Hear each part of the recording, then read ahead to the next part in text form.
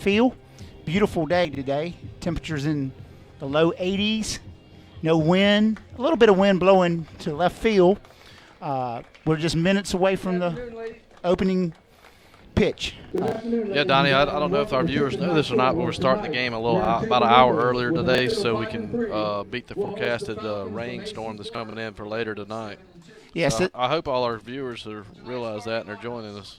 Yeah, we were scheduled for a 6:30 first pitch, but with the storms threatening, this game was rescheduled for 5:30 tonight. So let's run through these lineups real quick for Chapin High School. Number 6, your DH, Henry Mills, batting for your pitcher. For Chapin High School, batting first will be Will Krosky, playing Batting 5th, right field. Batting second will be Robert King, playing shortstop, number 16. Number 8, Tanner Steffi, will be catching. Number 19, Kale Rain, will be playing first base tonight. Cooper Bemis. Number 3 will be in left field. Kareem Bowers will be playing third base. Jacob Wright will be on the mound tonight for your Chapin Eagles. And Wade Worrell will DH for Jacob. Playing second base, Chris Veach, number 29. And batting ninth, number 5, Nick Price, and he will be in center field. For your AC Flora Falcons, we have Coleman Pope batting first. Batting second will be Leighton Long, playing shortstop. Batting third will be Charles Chapman. He will be DHing for Henry Mills, which will be the DH. Henry Mills will be the DH, and Charles Chapman will be your pitcher.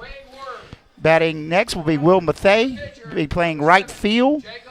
Andrew Walker will be batting fifth, playing second base. Lane Borkin will bat sixth, playing left field. Nick Poole will catch tonight, batting seventh. Harmon Cox will be batting eighth, playing third base. And rounding out the AC Flora Falcons lineup will be Baker Cox, and he will be playing first base. We're just minutes away. I forgot to introduce myself here at the beginning of the broadcast, but I'm Donnie Durant, and I have E. Rutherford and Jared Dossie with me tonight. So, guys, what do you think? I think we're getting ready for the national anthem here, Donnie, so we'll probably take a break and take our hats off for the national anthem. if you would, please remove your hats.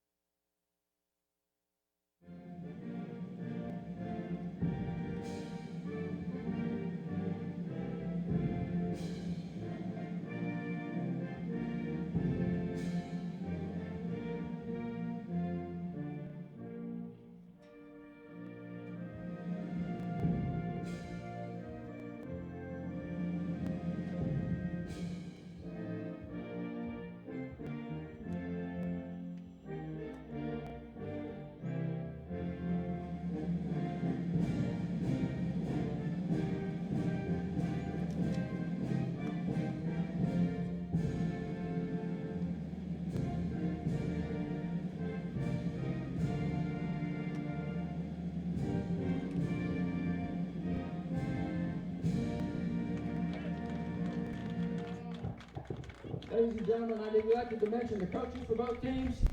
AC Flora head coach is Donnie, the uniforms for Chapin reminiscent of the old Houston Astros. Yes, it is. It looks like the Houston Astros are out here tonight, except just a tad bit different color. They beautiful blue uniforms with your stripes across the midsection.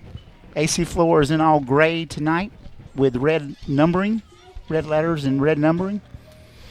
Chapin's taking the field, going through some warm-up tosses. Jacob Wright's on the mound tonight. He's pitched 18 in the third innings for Chapin.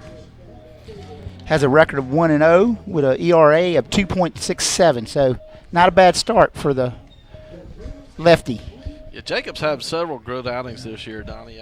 The key to him is getting ahead in the count early and just throwing some strikes. Sometimes he struggles in the first inning with his control. Usually settles down and pitches great after that. Well, looks pretty good taking these initial warm-up toss. You usually can tell when he's throwing good is when he's down in the zone and he's not leaving it up there around the chest level where you could probably hit it. This is my first time I've seen these guys play this year.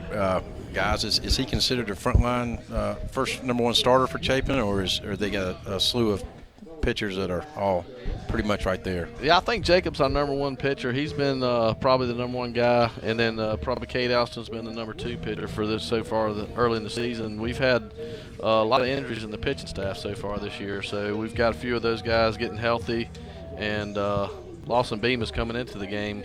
He's probably our number one starter, has been out the whole year with the knee surgery, so he's probably going to be back here with us in the next couple of weeks. We're looking forward to that. Yeah, it looks like that we have two guys that's basically taken almost all the innings this year. Between Cade and Jacob Wright, we have 38. They pitched 38 innings, so those seem to be the two guys that are throwing the most innings. Okay, here we go. Just moments away from the first pitch. Number 27, Coleman Pope, steps up into the batter box, a right-hander from AC Flora, playing center field. Jacob Wright toes the rubber. Umpire squatches down behind Steffi, and your first pitch is a strike right down the middle. Coleman Pope looks at the pitch. That's a great sign, seeing him get ahead especially early in the first inning. That is a good sign. So a 0-1 count on Coleman Pope. The delivery from Jacob Wright comes in there with a curveball. It's hit down the left field line. It's going to be a double. It's up against the wall. Coleman Pope strolls into second with a stand-up double to lead things off here at Chapin tonight. Donnie Pope was sitting on the back part of the box, had his foot on the chalk and inside pitch, and he turned on it. And he gave it a ride. It was a one-hopper to the fence. So we have a man at second, no outs, and Leighton Long coming up. He's your shortstop for AC Flora.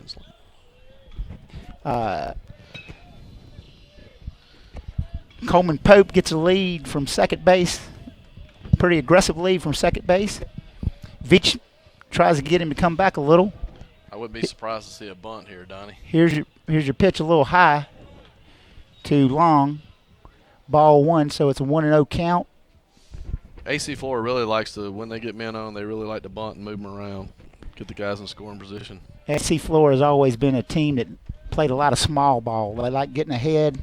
That'd be quick. So here's your 1-0 count from Wright, and it is a bunt right in front of the plate.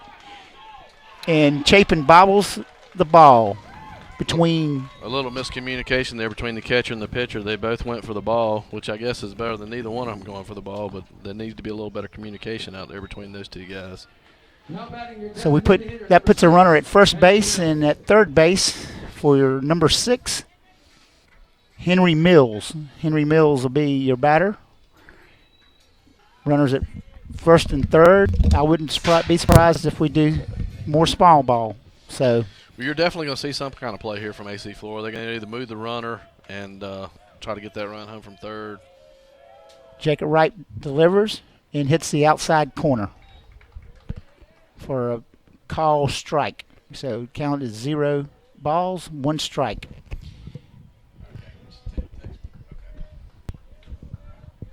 Mills steps back in there. Jacob Wright comes set. Here's your pitch. And it's fouled off to Steffi. But the runner was breaking on the pitch. So it's a foul ball. He's got to go back, doesn't he? Yeah, he has to return to first base. Yeah. I'm real surprised AC Flora hadn't tried something here with moving that runner from first and maybe a double steal or something. They're usually infamous for that. So Jacob Wright's well ahead on Mills here with a 0-2 count. Here's your pitch, and it's back up the middle, a chance for double. He bobbles it, but over to first to Cale Rain for 1 out. The runner does advance to second base, so AC Flora now has runners at second and third with 1 out.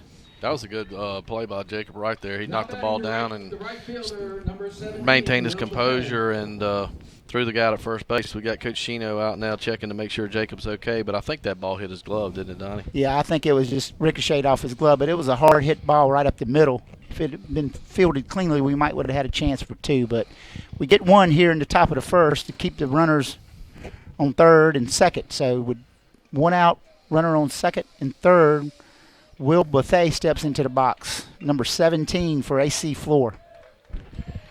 Jacob Wright comes set.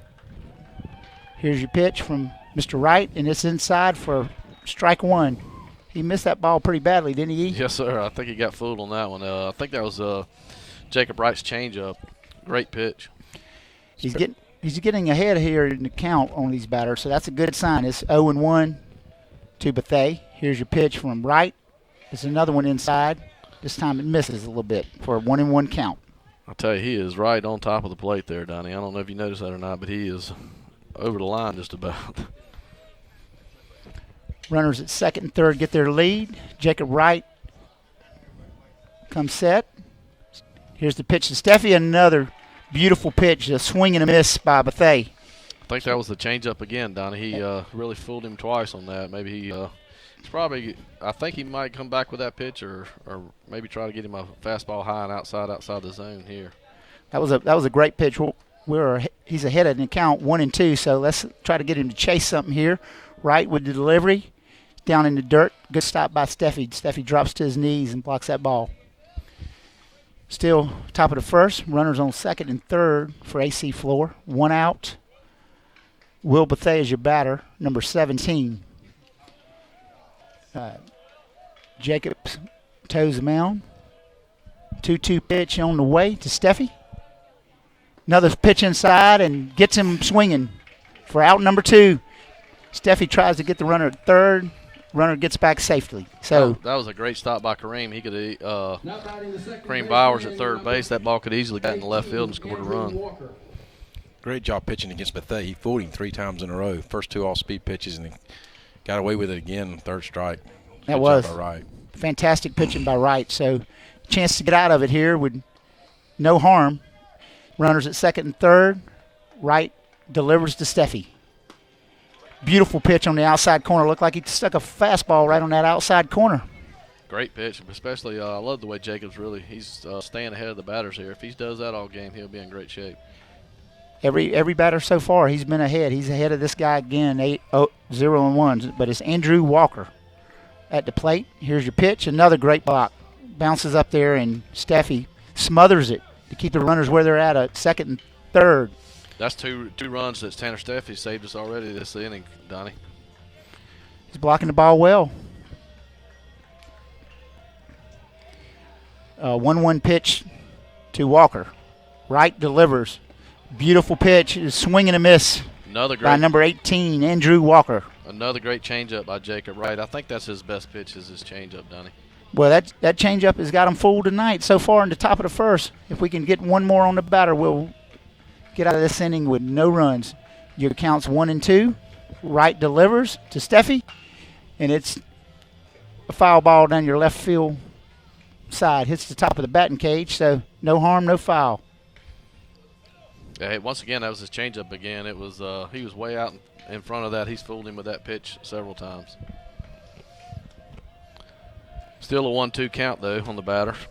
1-2, nothing good here, Jacob. Let's see if we can get this guy to chase something. Oh, beautiful pitch. Right down the middle. Oh, he called beautiful pitch, right down the middle. And Andrew Walker looks at the third strike, and Chapin gets out of it with no runs. So the leadoff double doesn't hurt us, and the bobble bunt in front of the plate doesn't cause any harm. So we're going to the bottom of the first inning, 0-0. I believe there was 1 hit and 1 error that inning for Chapin. 1 hit and 1 error. And I tell you, though, I don't know why 2 runners left on, yeah. 2 runners left on. I think he had a couple of strikeouts in that inning, didn't he? He sure did, Donnie. I don't know why they didn't swing at that last pitch. That was right down Peachtree. I think he was looking for something out of the zone, and Jacob just fooled him, and I think Jacob made a mistake on that pitch, but he got away with it. Yep, it looks like he threw him a fastball right down the center of the plate, and obviously Mr. Walker was looking for something other than the fastball. with Wright being ahead in the count, he was probably looking for that changeup because it's been pretty nasty here the first inning. Hopefully that will continue. But a great first inning for Jacob Wright with 2 Ks, a beautiful changeup. He looked like he's spotting his pitches pretty well. So our time to see what we can do. Be interesting going forward to see how he pitches them. You know, he started a lot of all-speed pitches in the top of the first, and as those batters come to see him second and third time through, if he's going to try to pitch them the same way or if he'll change a little bit. That's a good point. Usually you have to change it up a little bit. If he keeps throwing that off-speed pitch and they look at it a couple times. Yeah. I tell you, though, he's got so much movement on that pitch. If he's got it working well, it's hard to hit even in the 6th or 7th inning. And the left-hander has that movement anyway. I mean, you can throw his fastball and it looks like it's breaking left or breaking right. So a lot of movement on Jacob Wright's ball tonight, which is a good sign for Chapin. Okay, as we start the bottom of the first here, Shino trots down to first base. Coach McLeod is over on third base. And number 9, Will Krosky stepping into the plate. Will's batting .347 on the year. Charles Chapman is a man on the mound for AC Flora, and first pitch, he paints the outside corner to Will Krosky for a call, strike 1. I think Mr. Chapman's been in the program several years for AC Flora. And another pitch right on the outside corner, same pitch 2 in a row. that was a beautiful curveball. So Will's down in the count 0-2 and seen a curveball and a fastball thus far. Catcher was set up way outside on that, trying to get him to chase a pitch out of the zone. That's a great 0-2 pitch there. Yeah, it was. Off the plate with a good fastball. It was off the plate. So 1-2 on Will Krosky. Here's your pitch from Chapman, and he delivers a single out into right field. So Krosky's aboard with a little flare single to right field, got the bat on it, protecting the plate with 2 strikes. That was a great piece of hitting by Will Krosky. He was down in the count, sat back and waited on a pitch, and just blooped it into right field for a base hit. That's what you want to see. So Robert King steps in there, number 16. No outs. Krosky down at first. King's a right-handed batter. Here's your pitch from Chapman. He's also a lefty. We got to throw down. Krosky, secondary lead might have been just a tad too far, but the catcher comes up firing, but he's back in safely. I think with Robert King showing bunt there, he was trying to get a good jump on the bunt if Robert got it down. But it was the ball was out of the zone, so Robert pulled the bat back nicely and took the ball 1. So 1-0 count. King squares the bunt, lays it down in front of the plate. They do the same thing we did in the first inning, and we've got runners aboard. I think I was a little worse, Donnie, because they both let the ball go. That's what I was telling you in the first inning. I'd rather see both of them fighting over it than neither one of them wanting it. Yeah. Batting the catcher, number 8. So runners at first and second. And Steffi steps in. Steffi's off to a good start this year. He's batting .464. He's been red hot the last couple of games. He has just been blistering the ball all over the ballpark. Well, we've got Krosky at second base, King at first, and your first pitch is outside for ball 1 on Steffi. Tanner hit one down at Dreer Memorial Park last week that the third baseman just moved out of the way of it. He was hit so hard. Here's your pitch from Chapman, 1-0 count, and it hits Steffi. So Chapin's got something going here in the bottom of the first inning with bases loaded, no outs. We got the senior coming up, and Cale Rain. Cale's batting .347. Cale is another kid that's bringing a real hot streak. If I'm not mistaken, he has 4 home runs on the year. This would be a great time to see another one. Cale has a little power. How tall is Cale? I believe he's 6'4". 6'4". So Cale's a big kid. I tell you what I'd like to see out of Cale this year is he's really not trying to pull everything. He's 3 of his 4 home runs have been to left center field, which is the opposite way for a left-handed hitter. Cale Rain has signed a letter of intent to go to Charleston Southern. I think he's going to give football and baseball a shot down there, isn't he? Yes, sir. Here's your pitch from Chapman. He's set up way outside, but the curveball catches the corner on Cale for a call, strike 1. Really need to get some of these runs in here. You don't get many opportunities like this against AC Flora. Bases is loaded. Cale needs to do the same thing. I think they're going to pitch him outside, so he needs to go with that pitch and take it to left center field. Catcher sets way outside, and the curveball breaks way outside. It was a good pitch. That 0-1 pitch was good. They were trying to get Cale to chase. So we have ball one, strike one on Cale Raines. Runners on every bag. Steffi at first. Actually, we have Brenson White running for the catcher, Tanner Steffi at first. Okay, Brenson White at first, and Rain pops it up to the infield fly rule. Infield fly rule. So that didn't help our cause any there at all. That's actually probably the worst thing that could have happened to us there. If he put the ball in play, the infield's playing back, we would at least scored a run. So number 3 steps in. Cooper, is it Cooper Bemis? Cooper Bemis, yes. Cooper Bemis steps into the batter's box. So we really need to get a ground ball here or a fly ball to the outfield or a base hit that will score 2. Chapman sets up, delivers. The left-hander throws it right. He's painting that outside corner. Cooper was off to a slow start this year, but he's really come on the last 3 or 4 games and as much improved as his average. So the count's no ball, 1 strike on Cooper Bemis. The lefty from AC Flora, Charles Chapman, comes set with the bases juiced. Here's your pitch to Bemis. A little low. So that evens up the count 1-1. Got to figure out how to get one of these runs in here. We'll take anything to get ahead of AC Flora. I think it's important that we get a lead on these guys and give our guys some confidence. Yeah, you can't start off the first inning with the bases loaded and walk away with no runs. It's big that we at least get 1 run here done. 1-1 pitch, and it's a high chopper to shortstop. There's one out at second and safe at first, so the runner from third scores. So Chapin takes a 1-0 lead. That was a great play by the shortstop there. He came in and got that ball quickly and with a great feed to second base and almost turned the double play. Almost turned that double play on a high chopper to shortstop. So he got rid of that ball very quickly. The shortstop made a great play to even make it close at first. I didn't think he had a chance to turn it. The ball was hit just slow enough, but he did a good job handling it. He did a good job of handling that ball. So we still have an opportunity here to get another run. Kareem Bauer steps into the plate. He's a sophomore? Junior. Kareem Bowers is a junior. Steps into the plate. Had an outstanding year last year as a sophomore. We have runners at first and third. Chapin's been doing a lot of delayed steals in this first and third situations this year. Here's your pitch from Chapman. It's a little low, and the ball's thrown down to and the runner breaks from third, and he's got him at the plate for an out. So the delayed steal, Coach McLeod tries the delayed steal, and number 16 gets caught at the plate.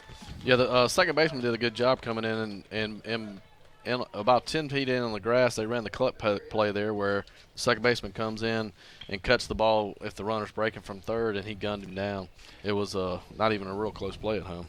So King is caught trying to score on the delayed steal from first. I'm not sure how you score that, Donnie. Is that a caught stealing? I think that's a caught stealing. I think it is too. So after 1 inning of play, Chapin's on top, 1-0. Jacob Wright trots back out to the mound. We're broadcasting live here at Chapin High School, courtesy of CSPN, the Chapin High School Sports Network.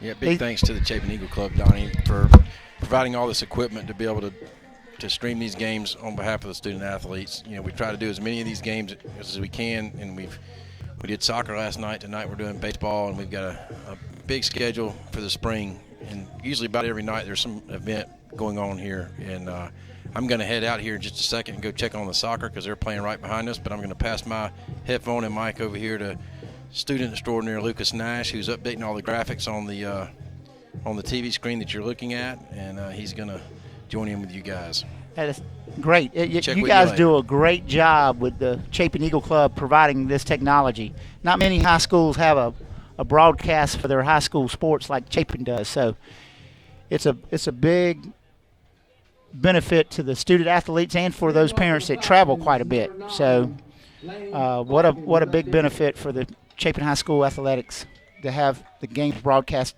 so parents and grandparents from all over the world can listen in to the different sporting events. So here we go at the top of the second. Jacob Wright delivers the first pitch, and number 9 fouls it off to the left side.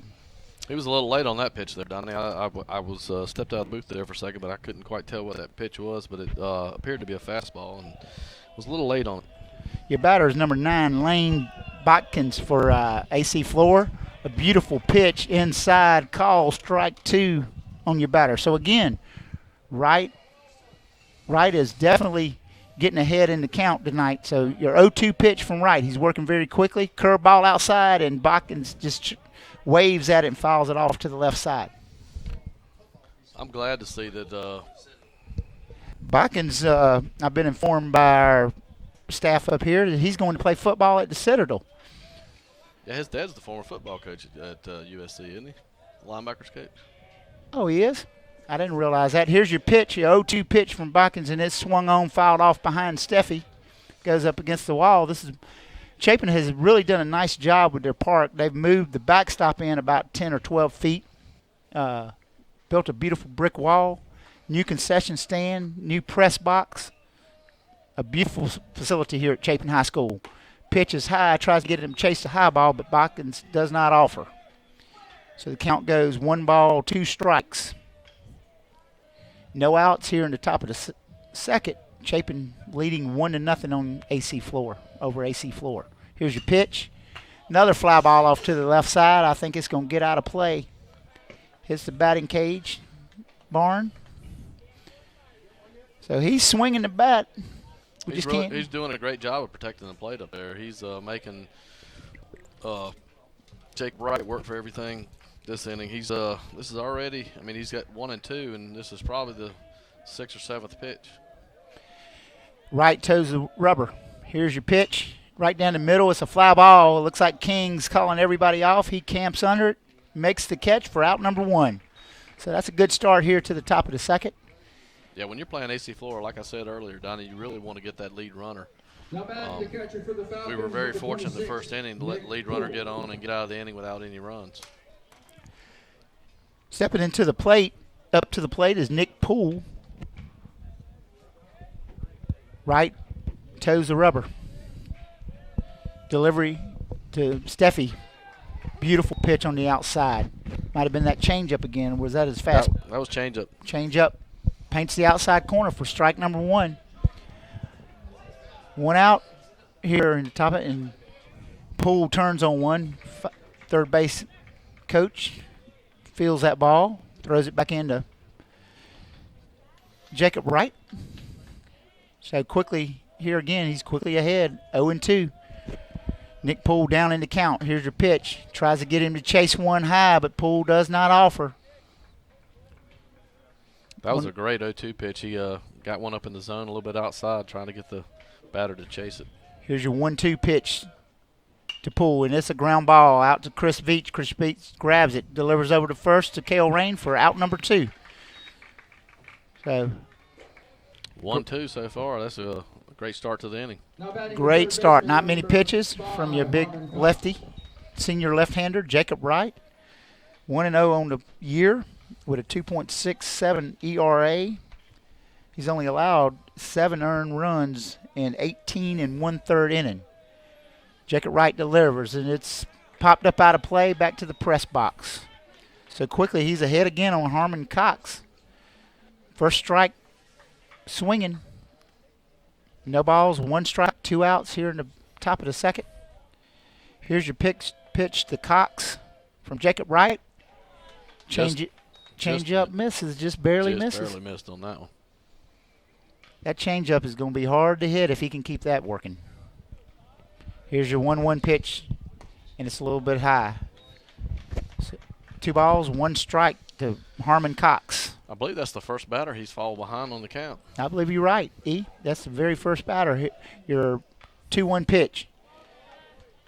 A little bit outside, so he's behind this batter. 3 balls, 1 strike, 2 outs, top of the second. Jacob needs to battle back here. Jacob toes the runner. Toes the rubber. Here's your pitch. Pitch inside for a call strike.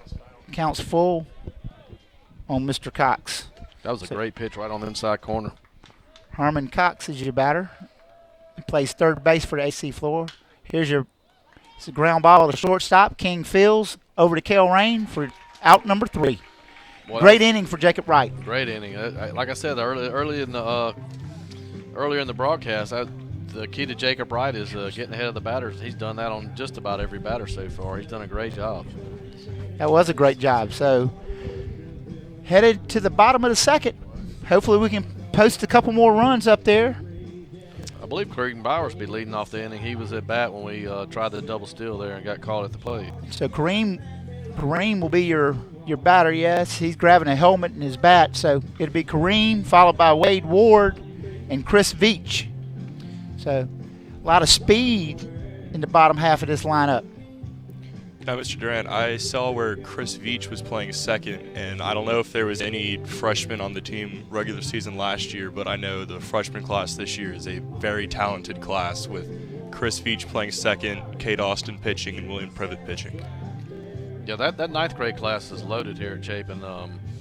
I've been around Chapin baseball for a while now, and it's by far the best class that I've seen since I've been around Chapin baseball. I mean, they have 15 or 20 kids in that class that can play baseball. I know they have some good talent down on JV too. That's going to come up. They do. I've followed Chapin baseball for a while as well, and this is the first time I've seen several freshmen. I think the last freshman to start may have been Harold Lambus. I think you're right, Donnie. Harold Lambus was a catcher, and I think he started in the 8th grade. What was his first name, E? Harold Lambus. That was the dad, but Zach Lambus may have been the last underclassman, but he started as an 8th grader, so he started probably 5 years for Chapin High School. Bowers in the box, looks at the first pitch, call strike 1. Here's his pitch again, curveball. Bowers gets a piece of it, and it hits up against the screen for an 0-2 count. So Bowers is in the hole 0-2 to Mr. Chapman. Got to protect the plate here. Crean's been struggling a little bit this year so far, Donnie. He's starting to make a little bit of contact. There we go. It's a ball hit up the middle. Shortstop goes back, comes down, and it bounces it over to first base, but they get Kareem. Bowers is out at first on a deep hit ball to shortstop. Another great play by the shortstop. He had to go deep in the hole for that ball behind second base and made an errant throw to first, but the first baseman did a great job of scooping that ball out of the dirt. It was a good play by the shortstop. He actually had to go back on the ball to feel that. So makes a good a throw over the first that the first baseman was able to dig out. The bouncer is dug out by Flora's first baseman. Ward's in the box, looks at a ball outside. I'm glad you pronounced that right because there's several people that have problems pronouncing that. It's Wade Ward. Wade Ward is in the box. Here's the pitch. Curveball's in there for a strike 1. Wade swings over the top of that one for a 1-1 count to Wade Ward. 1 out here in the bottom of the second. Here's your pitch from Chapman and hits him. Wade turns his shoulder and gets plunked. Gets a free pass down to first base. I think they call that wearing it, don't they? I think you got to wear it. That's right.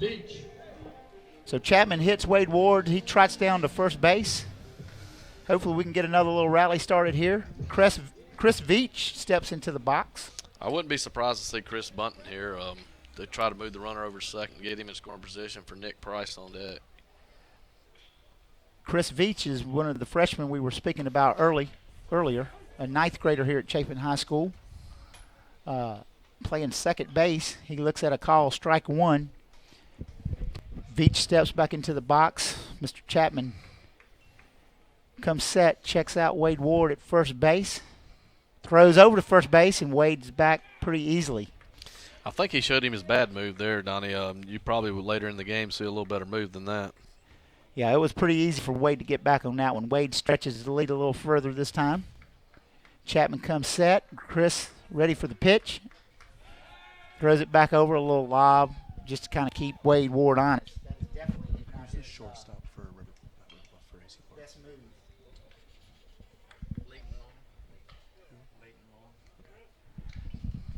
Okay, 0-1 count.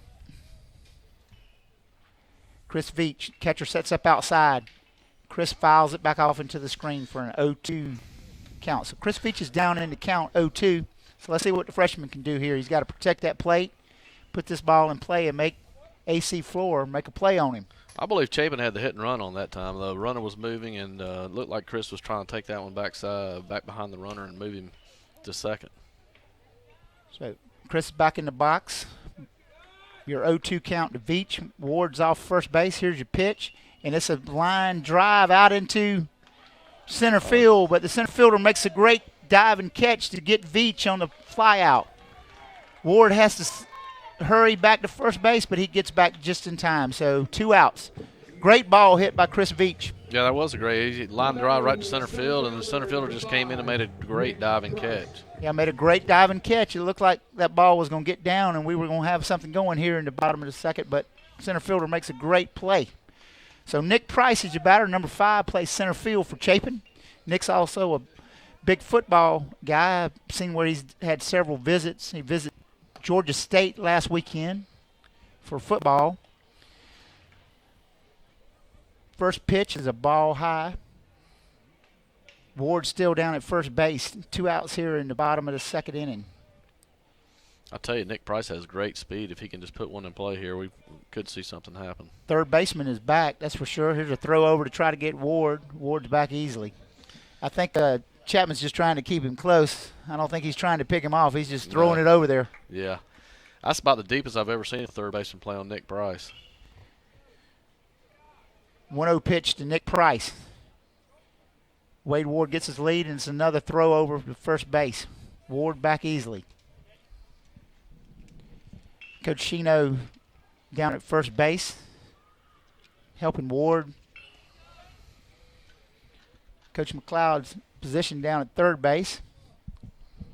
Your 1-0 pitch to Nick Price. Catcher sets up outside, and Chapman steps off the mound. He's really worried about Wade Ward over there. I think Wade's got him a little distracted. Wade takes his lead. Wade Ward takes his lead at first base. Chapman delivers. Ball high.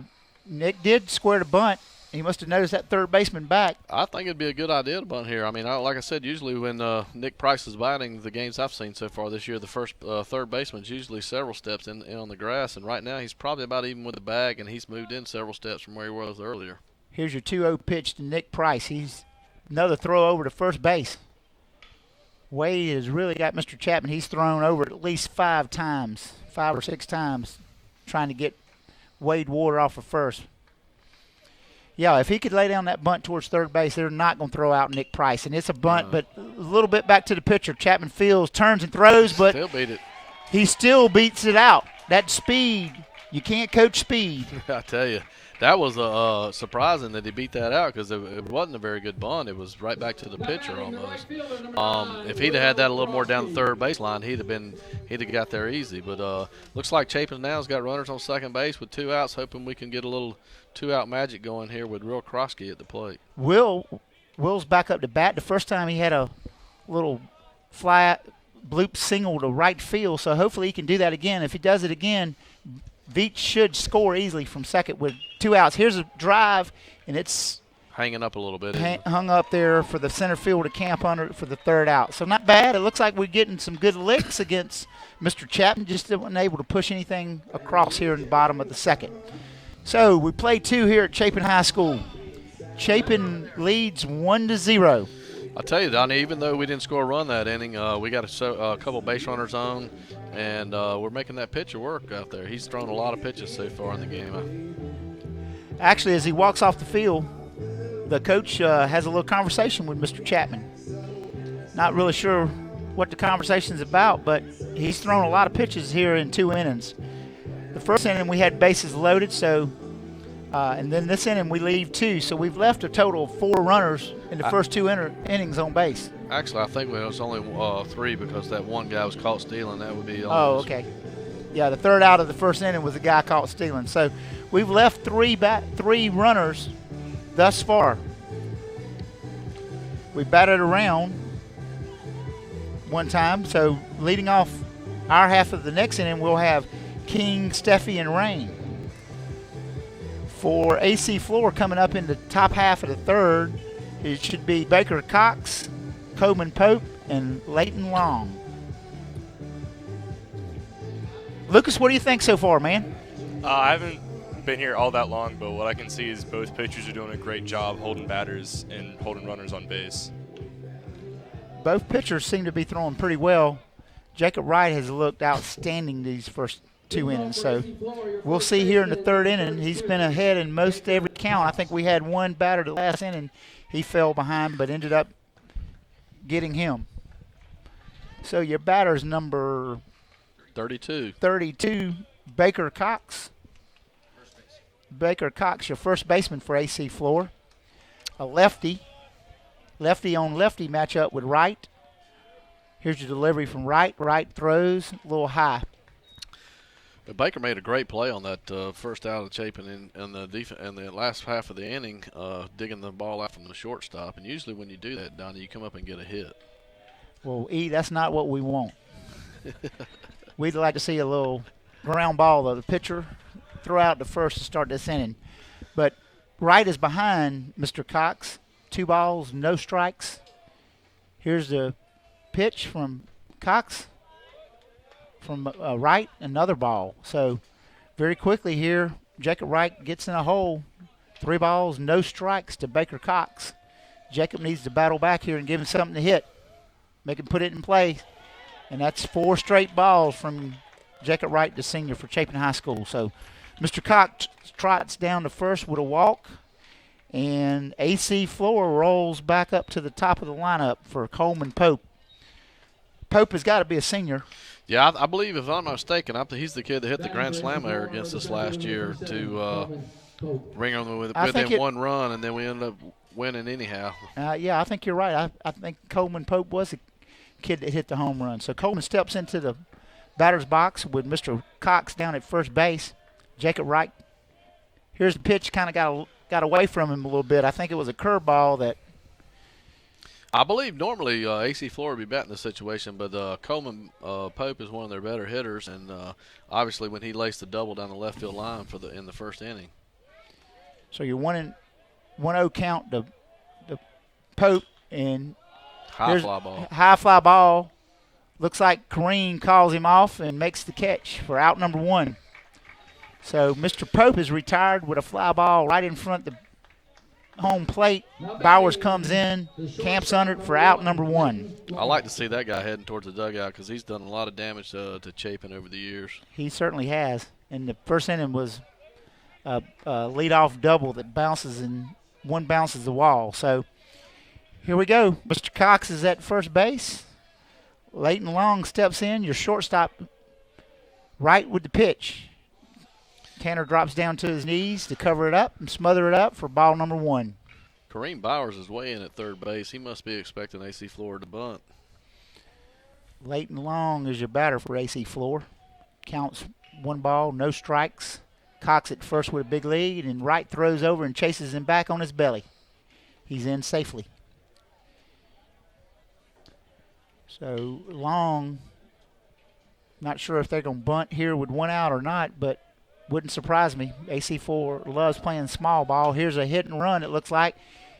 Bowers feels it, throws over to first for out number 2. So a little bit of a hit and run. That was a great ball play by Kareem. He backed into that thing actually in foul territory and made a great turn and throw to first base. Kareem's one of the better defensive third basemen I've seen in a long time. Well, that was a good play, but the fire across his body like that, he reached across his body, grabbed it, and got his feet back under him and threw a strike over to Cale Rain. So Henry Mills steps in, your DH, and he hits one up the middle. Nick Price comes in. They're sending the runner. Here's your throw. It's cut off by Cale Rain, and the runner comes in standing up to tie the score 1-1 and keeps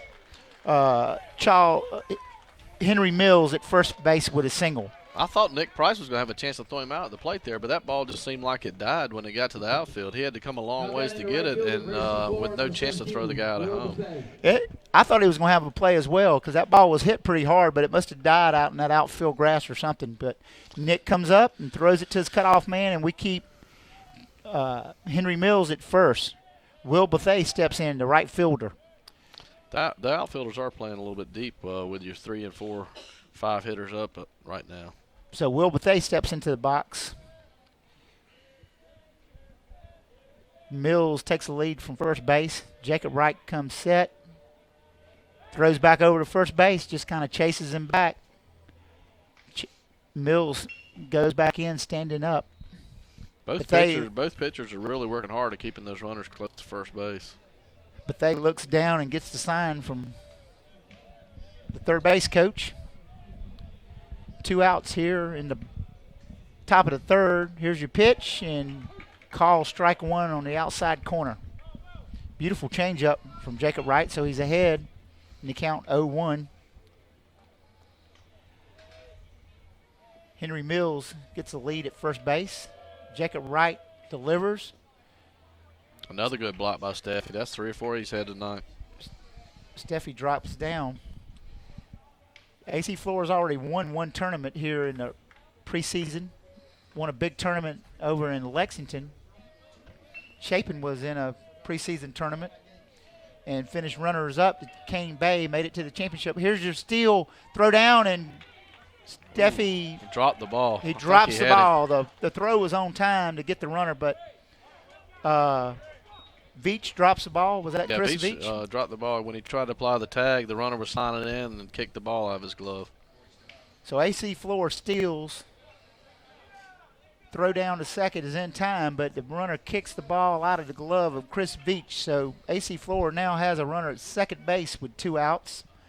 Bethea comes to have a little conversation with the third base coach. So Bethea strolls down the third base line to have a quick conversation with his coach. I think he's telling him to get a hit, Donnie. I don't know. I'm not quite sure what you'd be telling him with 2 outs besides hit the ball. That's right. Bethea steps back in. 2 balls, 1 strike. Mills gets the lead off second base.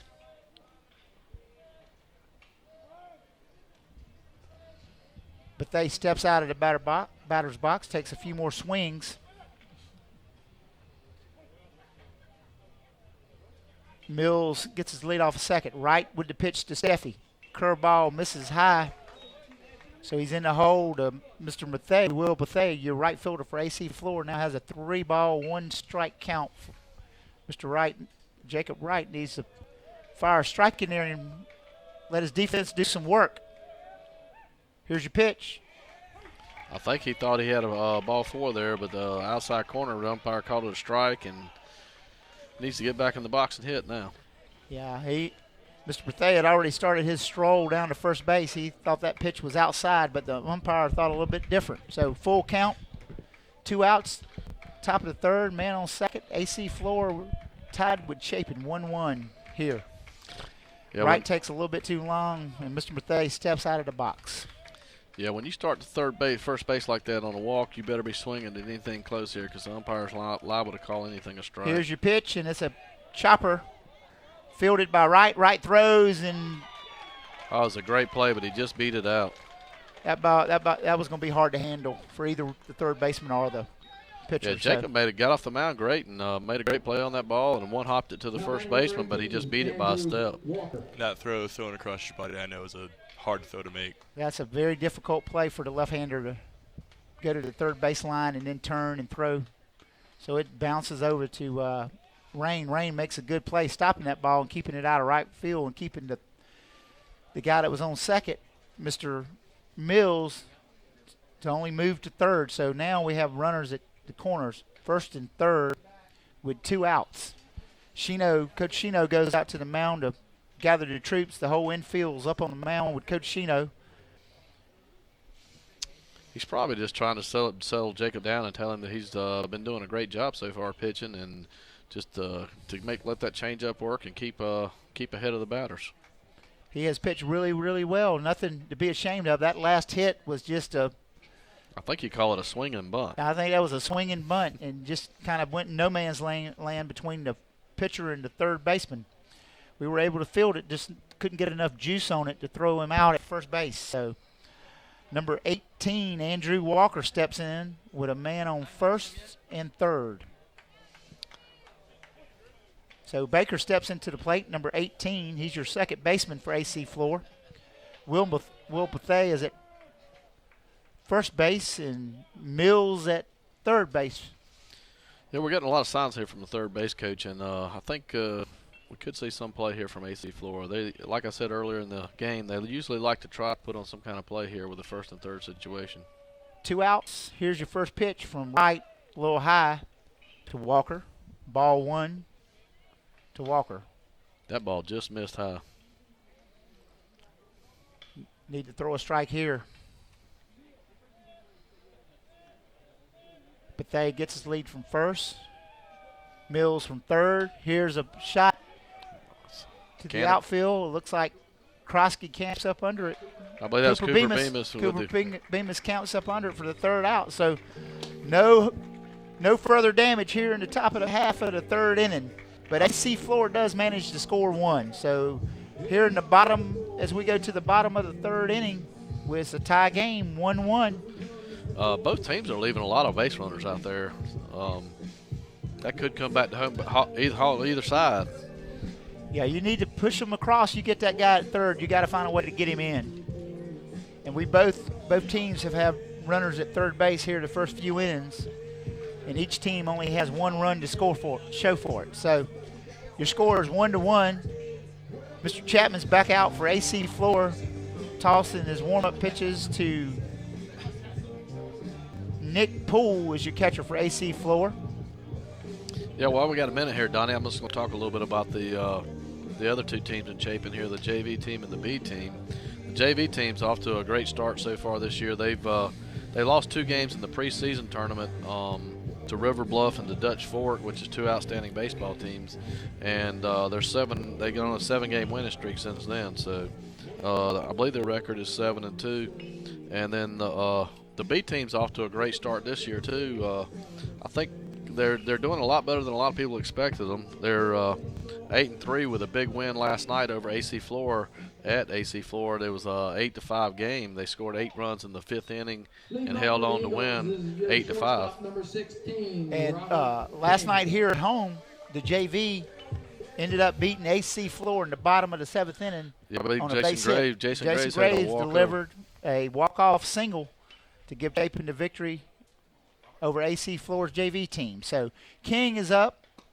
Here's your pitch from Chapman. Paints the outside corner. That's a familiar phrase tonight. Yeah, he's really burning those things up. So King looks at strike 1. Chapman delivers. Another curveball fouled off the end of the bat, squibs it over towards the AC Flora dugout. So Robert King's quickly in the hole, 0-2 here to lead off the top of the bottom half of the third inning. Your score is 1-1. I believe we're going to see another ball outside here, Donnie. Oh, Chapman tries to jam him inside, but King fights it off and kicks this one over to the Chapin dugout along the third base line. That was a good piece of hitting, because if I was up at the plate then, I'd have been expecting one outside of the zone, because that's where he's been done all night. So, you think maybe he crossed the catcher up? The catcher ran the ball out there. He might have. So Robert King steps back into the box on an 0-2 count. Chapman's pitch is up high and away. So 1 ball, 2 strikes on King, the junior here at Chapin. Played shortstop last year. He's a senior as well. I can't seem to get these guys straight. I've missed a year somewhere along the line with these guys. But Robert King is a senior. Played shortstop last year for the Chapin Eagles. He played quite a bit as a sophomore year too, I believe.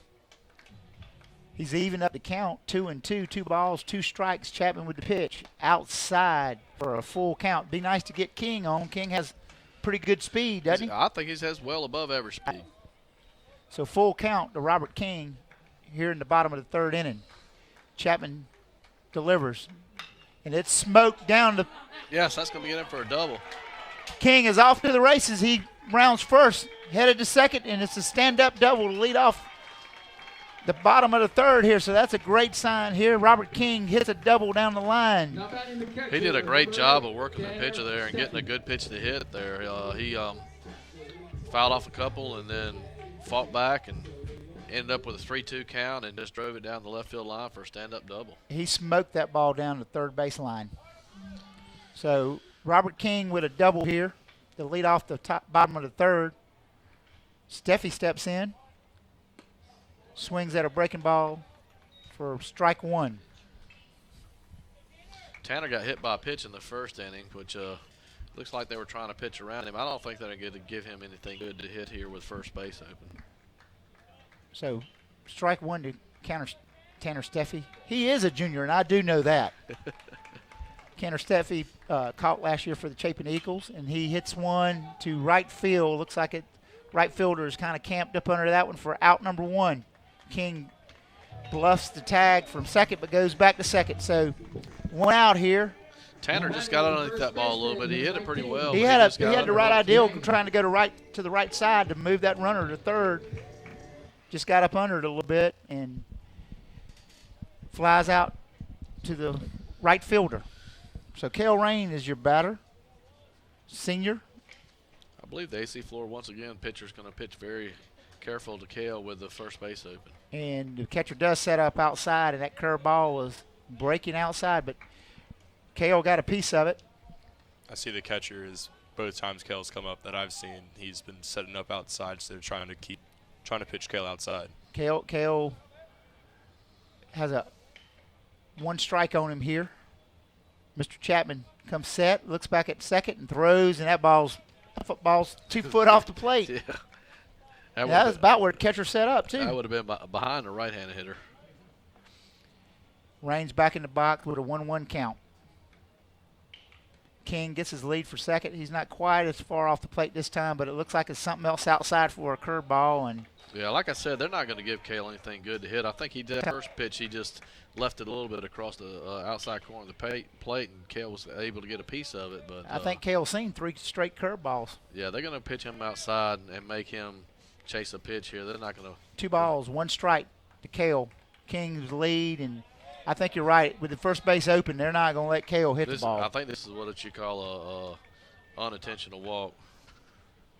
He's hoping that Cale will swing at one of these curveballs. Cale has seen 4 straight curveballs. All of them have been well off the plate except for that first one. Here's your 3-1 count. Catcher sets back up outside for another curveball, and it misses way outside. So Cale trots down to first base with an unintentional walk. Donnie, if I'm not mistaken, I believe South Carolina wish they'd have done that a few weeks ago to Seth Beer. I think you're right. That last curveball they threw him, he right down the heart of the plate, and he jacked it. I tell you what, though, when the guy gets intentionally walked like that, you really gives the guy on deck. He pumps him up a little bit. So Cooper Bemis should do something here. Cooper Bemis, your left fielder, he's swinging at the first pitch, and this fouled out of play towards the locker room. Bemis, a senior, plays football for Chapin. Was a quarterback for Chapin. Yeah, did a great job quarterbacking. Filling in for Trad Bailey early in the year when he was hurt, and then ended up they did a 2-platoon system there with the quarterbacks all year. Your 0-1 pitch, and it's hit right back to the pitcher to second to first for a double play that ends the inning. So it goes to the pitcher to the shortstop to first base for a killing double play that kills the inning. So we get runners on first and second, and Bemis hits it back to the pitcher for a double play. So after 3 innings here at Chapin High School, your AC Flora Falcons has 1 run and your Chapin Eagles have 1 as we move to the top of the 4th. So Jacob Wright trots back out to the mound to get things started here in the 4th, but that double play hurt. Yeah, that was a real killer of an inning there for us. We had runners on to get base once again. I mean, we've had at least 2 or 3 runners every inning. First and second, bases loaded, second and third. We've left a lot of runners out there. The ball was hit hard. It just hit right back to the pitcher. You know, we're making, like I said earlier in the broadcast, we're making great contact. But just can't seem to get the runs across or get the big base hit when we need it. I could be wrong about this, Donnie, but I don't think we've had a strikeout. The Chapin team had a strikeout yet today. We've put the ball in play every time. All 9 outs have been hit, and a lot of them been hit hard. They have been hit hard. I'd like to take a second to thank the Chapin Athletic Club for this CSPN broadcast. Those guys do a great job providing the technology to broadcast Chapin Athletics. Leading off for the Falcons, the left fielder, So number 9, we go to the Lane top half of the 4th, and Lane Botkins, your left fielder, steps up to the plate. Lane, I think I was told, is going to Citadel. He lays down a beautiful bunt. Nobody at first to get it. So Bowers has to eat it. That was a beautiful bunt that I don't think Chapin was quite ready for. I think you're right, Lucas. That was a beautiful bunt. Bowers was playing just on the edge of the grass, but when he laid down that bunt, it was just, we couldn't get there quick enough to get him at first. So Lane Botkins starts off the inning with a bunt single down the third base line. That was a great bunt. Nick Poole's your batter for AC Flora, and he's off and running, and it's another bunt, but this one goes foul down the third base line. So small ball's taking over. That was actually looked like a bunt and run there. AC Flora likes to do that and bunt the ball to the third baseman, and then the guy from first will just continue running all the way to third base. So the runner was definitely on the move yeah, when he squared the bunt. So we need to get somebody covering third base on that, boy. Poole steps back into the batter's box with an 0-1 count. One strike on Mr. Poole. Botkins down at first. Signs have been given by the third base coach. Jacob Wright with the pitch, throws over to first base, chases Mr. Botkins back to first. He's in easily. Yeah, Botkins looks like a football player. I tell you, he's got some good size on him. Very thick kid, muscular. Jacob Wright with the pitch. He squares the bunt and pulls it back. Evens up the count. 1 ball, 1 strike on Mr. Poole. Nick Poole is your catcher for AC Flora. AC Flora is in solid gray uniforms tonight. Red lettering, red numbers, white lettering with their name on the back of the jersey. Jacob Wright has a 1-1 count on Nick Poole. Looks like Jacob likes to work pretty fast. Yeah, he likes to get the ball and throw it. I like that out of a pitcher. Keeps you in. Poole squares the bunt. It's high. Little play on to try to get Botkins at first base. He's back in safe. Chris Veach tries to hide the ball, the old hidden ball trick to get him to step off of first. 2 balls, 1 strike. Yeah, I know Chris. He's a fun guy. He tries to have fun out there too.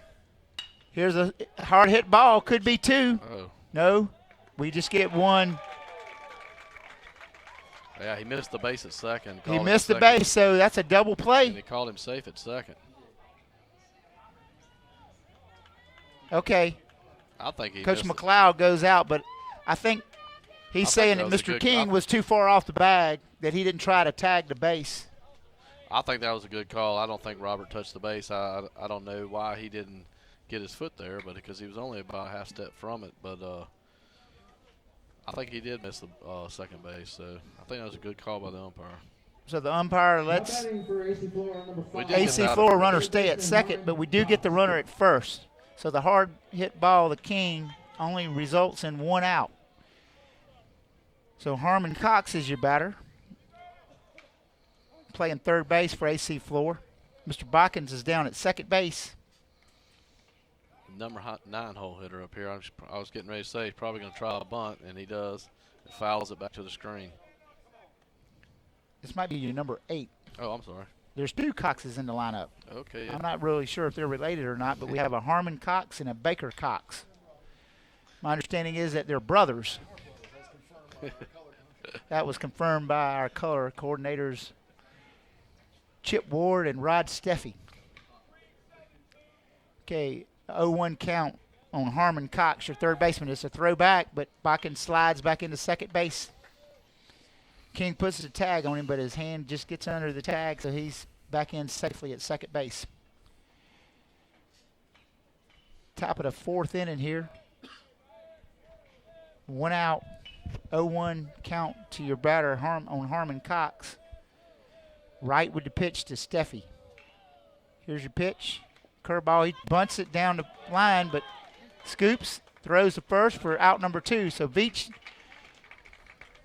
Jacob Wright gets off the mound pretty quickly there. He does a great job. Pretty athletic move by Jacob Wright to scoop that up and get out number 2. But on the bunt, Botkins does make his way over to third base. So AC Flora has a runner at third base for the second or third inning in a row. Yeah, they've threatened to score a lot here. And the score remains 1-1. 1-1. Baker Cox is your batter with 2 outs. So we really need to get this third out and get back in that dugout and score some runs. Botkins at third, gets his lead off third. Right with the pitch. Inside. Almost hit him for ball number 1 on Baker Cox. Tanner was set up outside, but the pitch was inside. 1 ball, no strikes on Baker Cox. Jacob Wright set. Here's your pitch. Right down the middle is a high chopper. It could be tough. Veach feels it, throws it over to first for out number 3. Yeah, great play by Veach. Yeah, had a little trouble getting that ball out of his glove. I was worried he was going to beat it out, but ended up getting him by 1 step there at first base. So after 3.5, scores 1-1. Chapin coming to bat in the bottom of the 4th.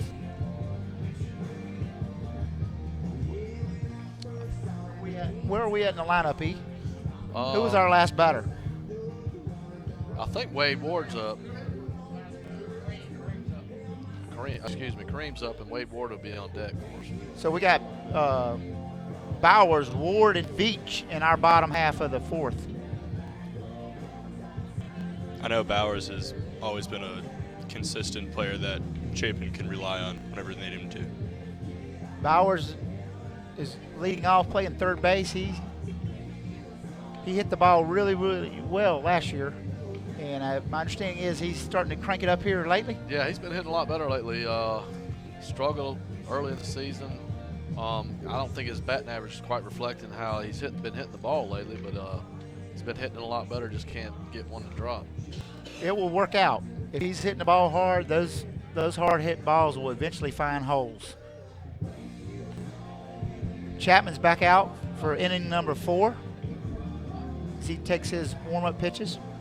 I'll tell you something there, Donnie, with the new pitching rule, that's something we have to keep in the back of our mind, that both these pitchers, even though it's a 1-1 game, have thrown quite a few pitches. So I don't know if anybody's keeping that or not, but we have to keep an eye out for the pitch count. Leading off for Chapin. I imagine they're going to go with these aces as long as they can tonight. Yeah, I've seen no action in either bullpen. I've seen no action in either bullpen. You're right. So, and I mean, it's I believe it's 110 pitches, so it's quite a bit. Bowers is your batter. Chapman toes the rubber. Here's your pitch from Mr. Chapman to Bowers. And Kareem hits one back to the shortstop. Shortstop fields it over to first for out number 1. Good swing on that ball. He just got a little off the end of the bat and wasn't hit quite hard enough to get it through the middle. So in the bottom of the 4th, 1 pitch, 1 out. Kareem with a ground ball to shortstop. And Mr. Long is playing very well at shortstop tonight for the AC Flora Falcons. He's made some outstanding plays. He's had a number of opportunities and taken care of every one of them. He looks smooth. So Wade Ward turns on a pitch. It's hit hard into the Chapin bullpen. That ball was rocketed. Wade was just a little out in front of that. If he could have just waited just a second, he might have got that down the line for a double.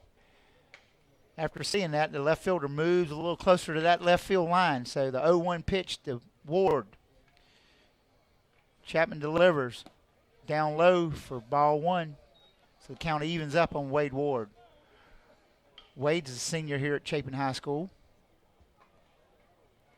Ball 1, strike 1 to Wade Ward. Chapman with the pitch. And Wade Ward smokes one. But unfortunately, it's right back to the pitcher, and Chapman's glove feels it and tosses it over to first for out number 2. That ball was hit hard. Ball was hit hard, just right back at the pitcher. Just right back at the pitcher. Second baseman, number 29, Chris Veach. So that's not a very good break there. Wade put a good lick on the ball, just right back to the pitcher. So Veach steps in there. It's been a quick inning so far. Yeah, we need Veach to do something here. I believe this will be the first inning we hadn't had a base runner if Veach is retired. Veach looks at ball 1. Curveball breaks down at his ankles. 1-0 count to Veach. Chapman's working quickly here in the bottom half and almost hits Veach. Same pitch.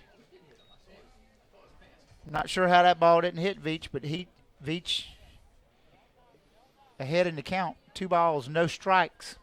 Number 29, he's a freshman here at Chapin High School, playing second base for the Eagles. Chapin has 3 freshmen they're depending on this year. Here's your pitch. Chapman delivers a fastball to get a call, strike 1. That was another one right there on that corner where he was working earlier in the game. Ball 2, strike 1 to Veach. Chapman delivers the pitch, and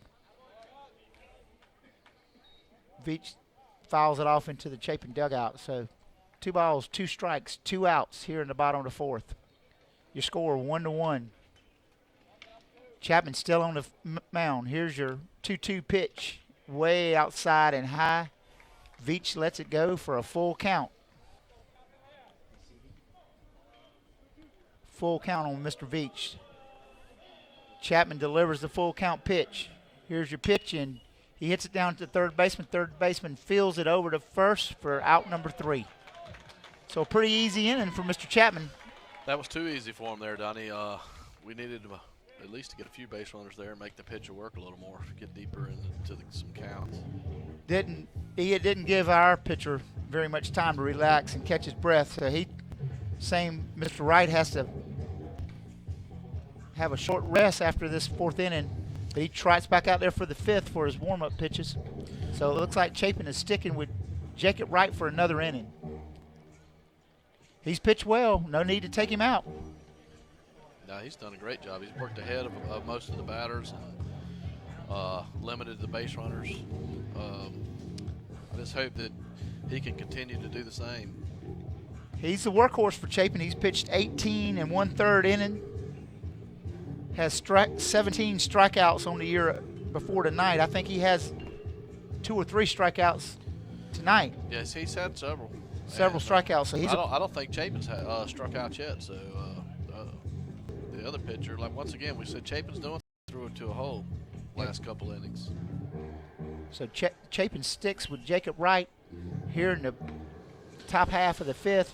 I believe AC Flora's back to the top of the lineup with Clay Pope coming up here. He's doubled down the left field line and hit a fly ball to the first baseman, I believe. The warm-up tosses are done, and Steffi fires his warm-up toss to second base, and Jacob Wright is ready for inning number 5. We're finally seeing a little action down in the Chapin bullpen. So Coleman Pope. I don't know if Jacob's getting a little tired or what, but we do see a little action stirring down in the Chapin bullpen. Can you tell who's throwing down there? I think it's William Privet and Reese Rutherford. Here's your pitch. Call strike 1. That might just be something to get them going a little bit and getting them loose. Getting them loose in case we get in trouble here in the 5th. That ball kind of tailed away from that right-hand batter for call strike 1. Jacob Wright would pitch number 2. Another beautiful pitch on the outside corner. So this is more like he was in the 1st and 2nd inning, getting ahead of these batters. And he got ahead of Pope in the 1st inning, too. Pope placed a double down the line. So he needs to realize that and give him nothing good to hit here. Here would an 0-2 pitch need to be way out of the zone, and it's down in the dirt.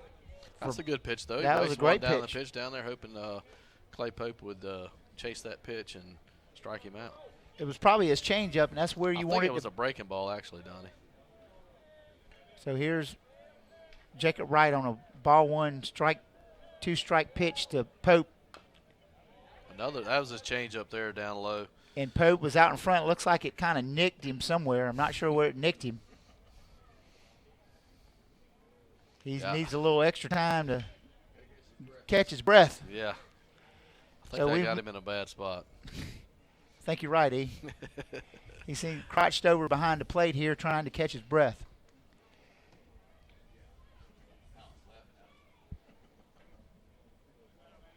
He strolls down to kill a little time to talk to the third base coach. Coach has got a smile on his face, though. I hope the third base coach ain't laughing at us. Yeah, I think he is. That's not something you need to be laughing about. But here we are laughing about it. I bet Mr. Pope ain't laughing. No, he's not laughing a bit. He's going to take him a while to gain his composure back from that, I think. He's shaking, and trying to shake it off here. I tell you, the bright side of that, though, Donnie, is that might affect his bat here with a 1-2 count. So he might not be 100% there. Jacob Wright stays loose by throwing a couple tosses to Mr. King, our shortstop, Robert King. Yeah, I know we said the Chapin bullpen is getting warm, but they don't look like they're doing anything serious down there. They're just tossing a little. Tossing, getting the blood flowing.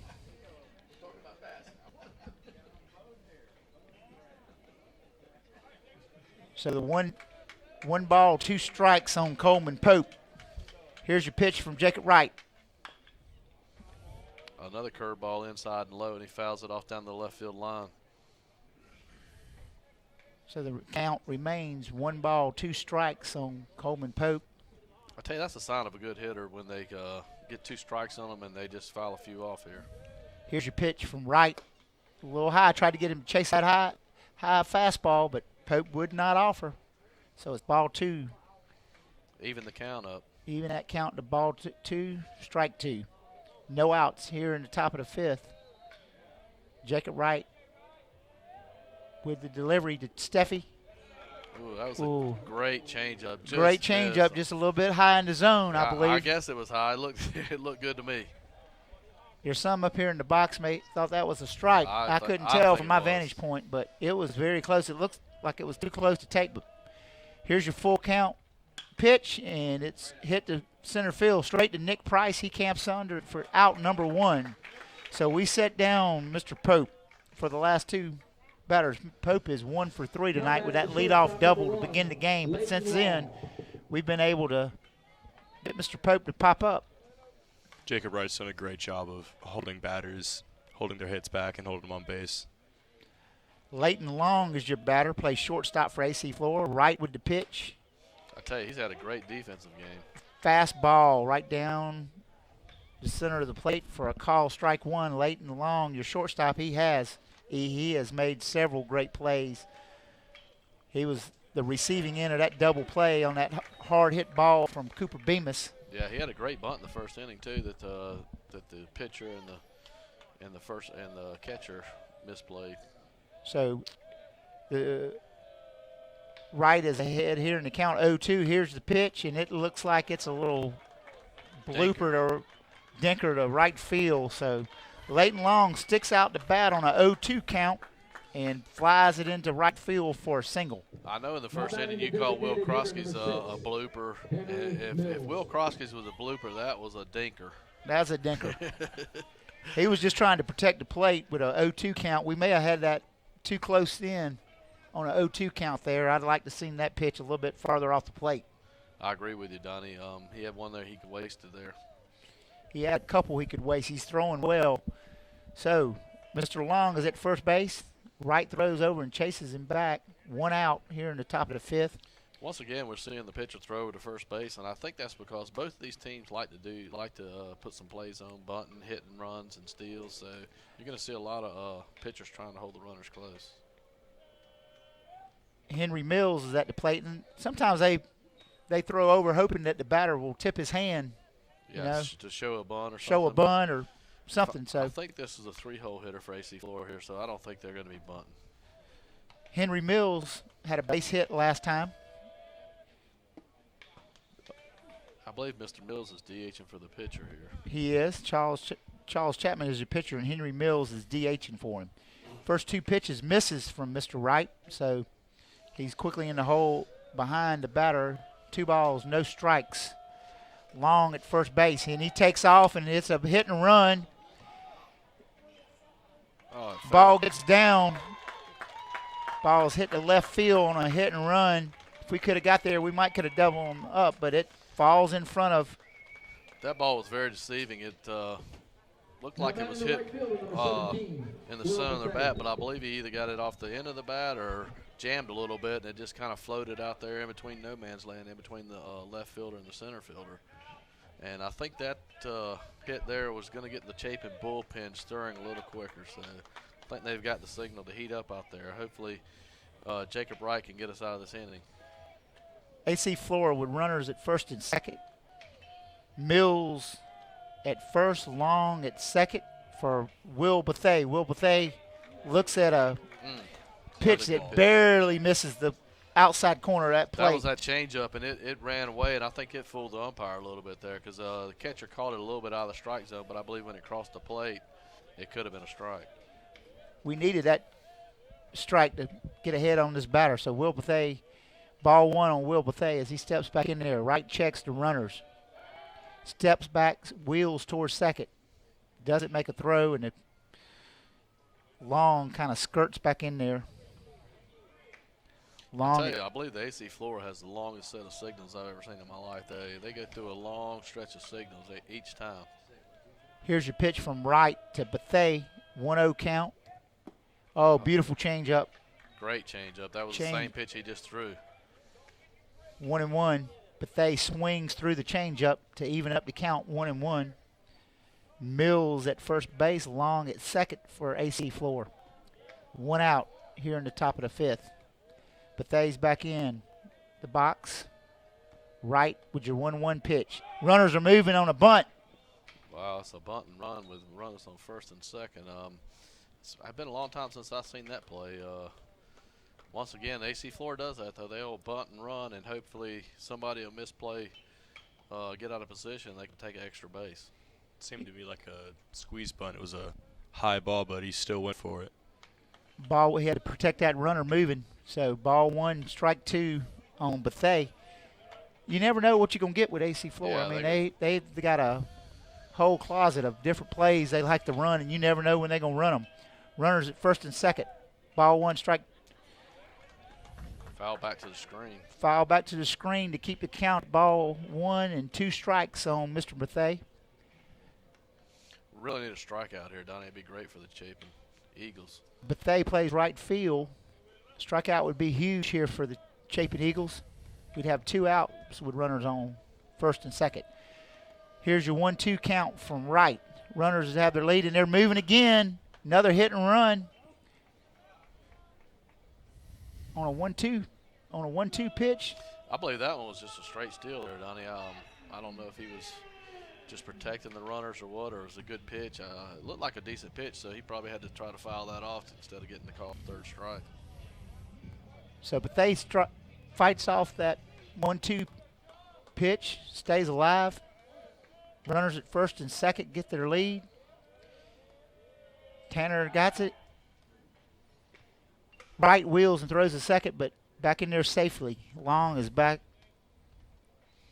to second safely for the Falcons. So runners still at first and second for AC Flora with 1 out here in the top of the fifth. Bethea has a 1-ball, 2-strike count on him. He's up on top of that plate. Steffi sets up inside. Wright comes set. And Mr. Bethea thinks Mr. Wright took a little bit too long to deliver that pitch and calls timeout and steps out of the box. Takes a few more swings. With that runner on second base there, Jacob has to do a good job of trying to vary his looks. In other words, he needs to look at second one time, and then the next time maybe twice, and sometimes 3 times. Here's your 1-2 pitch. Is high. Curveball stays up in the zone to even up the count 2-2.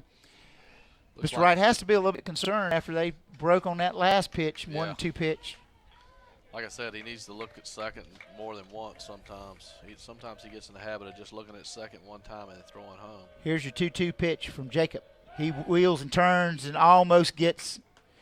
I believe he might have been moving again there. So almost gets Leighton Long. But Leighton Long manages to squeeze back in there. It might have been a straight steal again. It looked like he might have been moving because he almost had him. He was definitely leaning a little bit. Veach applies a tag, but Blue says he's back in there safe. Even count to Bethea, 2-2. And the runners are off, and it's down into dirt. And Steffi has no chance to throw the runners out. So the runners move up to second and third. So now Long is at third base, and Mills is at second, and Bethea has a full count. He had a great jump on that. I think he would have been safe even if it would have been a good pitch. Here's your full count pitch from Wright.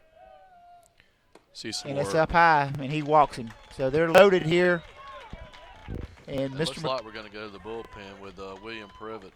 William Privet's another one of the freshmen playing on the team here. He's done a great job. You're talking about an off-speed pitch. He comes with an off-speed pitch, Donnie, and then he'll come with another off-speed pitch that's even slower than that one. So He's done a great job for Chapin so far this year. He's been usually the first person out of the bullpen when Jacob pitches. Great, tremendous breaking ball, tremendous changeup. So I think this is a great guy to bring in this situation because he gets a lot of ground balls, and that's what we're looking for here, is a ground ball. A ground ball would be great here in this situation with 1 out, bases loaded, putting the freshman in a tough situation. You're learning quick.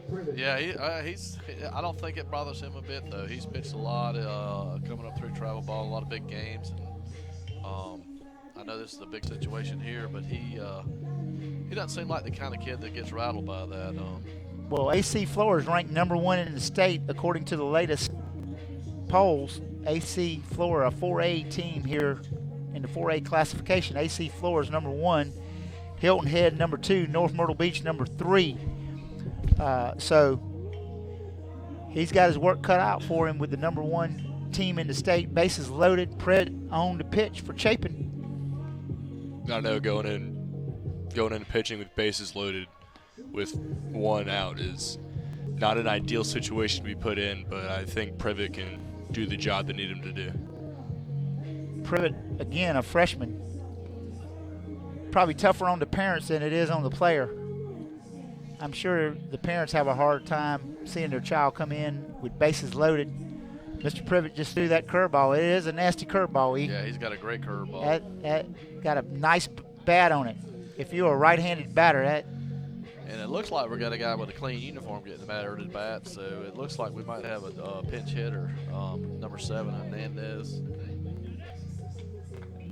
So AC Flora elects to go to a righty-on-lefty matchup here. I know there's been a lot of great Hernandezes playing for AC Flora over the years. Probably this is one of the. Hernandez, they've had several Hernandez kids. So bases loaded, Privet ready to go here. So it's a righty-on-lefty matchup. Left-handed Hernandez in the box. Privet throws over to. That looks a little closer than it. Yeah, it was. Throws over to third. I tell you, though, once again, you got to look for AC Flora putting on a squeeze play or something here, so you never know what they're going to do. Bases loaded. Hernandez in the box, your pinch hitter. Hernandez is batting for Andrew Walker. What a beautiful pitch by the freshman. It looks like call strike 1. Chapin's aligned their defense where they got the corners in trying to come to the plate, and the middle infielders are playing at halfway depth where they can either come home or turn a double play. So Privet gets 0-1, and here's your next pitch on him.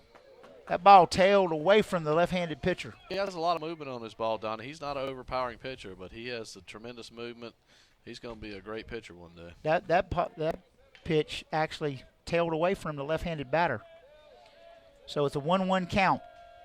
Privet with the pitch. Big curveball misses. So ball 2, strike 1. He's going to have to come after him here, Donnie, because you don't want to walk in the run. There's no spots for him. No bases open for Hernandez. So Privet with the 2-1 count, bases loaded. Here's your pitch. Right. Nice pitch. Nice, beautiful pitch for a call strike 2 that evens up the count 2-2. 1 out, bases loaded. I believe he's going to come back with that change up low and away here. Even though Hernandez is right on the plate, he's out of the box. He's so far on the plate. Privet set. Here's the delivery for a curveball. And Hernandez turns on it and drives it down the first baseline, foul. You got a little better angle than I do, Donnie. His feet, it looks like they're almost on the plate, aren't they? He's crowding that plate. He is on the line. Privet with the 2-2 count. Bases loaded for AC Flora. 1 out, top of the 5th. Privet set. Here's your 2-2 pitch. And he gets in to pop it up. Kareem's going to get there and make the catch. Great play. Kareem dives towards the Chapin dugout and stretches out and brings it in for out number 2. That was a big out. That's a huge out. That was a big out. Now you can play your defense back, and you aren't hurt by a ground ball out here. So Privet does the job on his first batter. Hernandez, the pitch hitter, pops it out in foul territory to Kareem Bowers, and Kareem makes a great play. So Lane Bakken steps in to the box. First pitch misses from Privet. Ball 1. Again, it's bases loaded for Mr. Bakkens. Botkins was on base his last time. I think he laid down a beautiful bunt towards the third baseline. Here's your pitch. That couldn't have missed by much, but it's quickly 2-0 on the batter. The only thing it could have been is low because it was over the plate. I had a perfect angle on that one, so it might have been just a tad low. Privet's got to throw him a strike here. It's 2-0. Here's your pitch. Privet misses outside for ball 3. I'm sure Botkins is taking all the way here. Oh, yeah, he's definitely taking. Just got to throw one right down the middle here. Three balls, no strikes, 2 outs. Bases loaded for AC Flora. Nowhere to put Mr. Botkins on a 3-0 count. Here's your pitch. That's In there for a strike. very similar to the one of the other pitches there. I tell you, umpires have a tough job, though. It's always seen Ball 3. Strike 1. Here's your pitch. Strike 2. So the runners Mr. will be Privet. moving here, though. So if AC Flora is to come up with a hit, they will definitely score 2 runs. So you will see the runners in motion with a 3-2 count and 2 outs. Privet battles back from a 3-0 count. Full count. Bases loaded for AC Flora. Privet This could set. be the pitch of the game here. Here's a big pitch. Botkins in the batter's box, and we turn and throw to second for a pickoff. Runners back safely to second. Tried to catch him sleeping there and getting an early start. That's a good play because, like I said, the runners are running on motion, so you might sneak up and catch somebody there sleeping and taking the lead too early. All right, here's your pitch. Full count. Good pitch, and it's fouled off over the press box. That was a great pitch and a great piece of hitting by the batter, so a good job on both ends. Botkins fouls it off.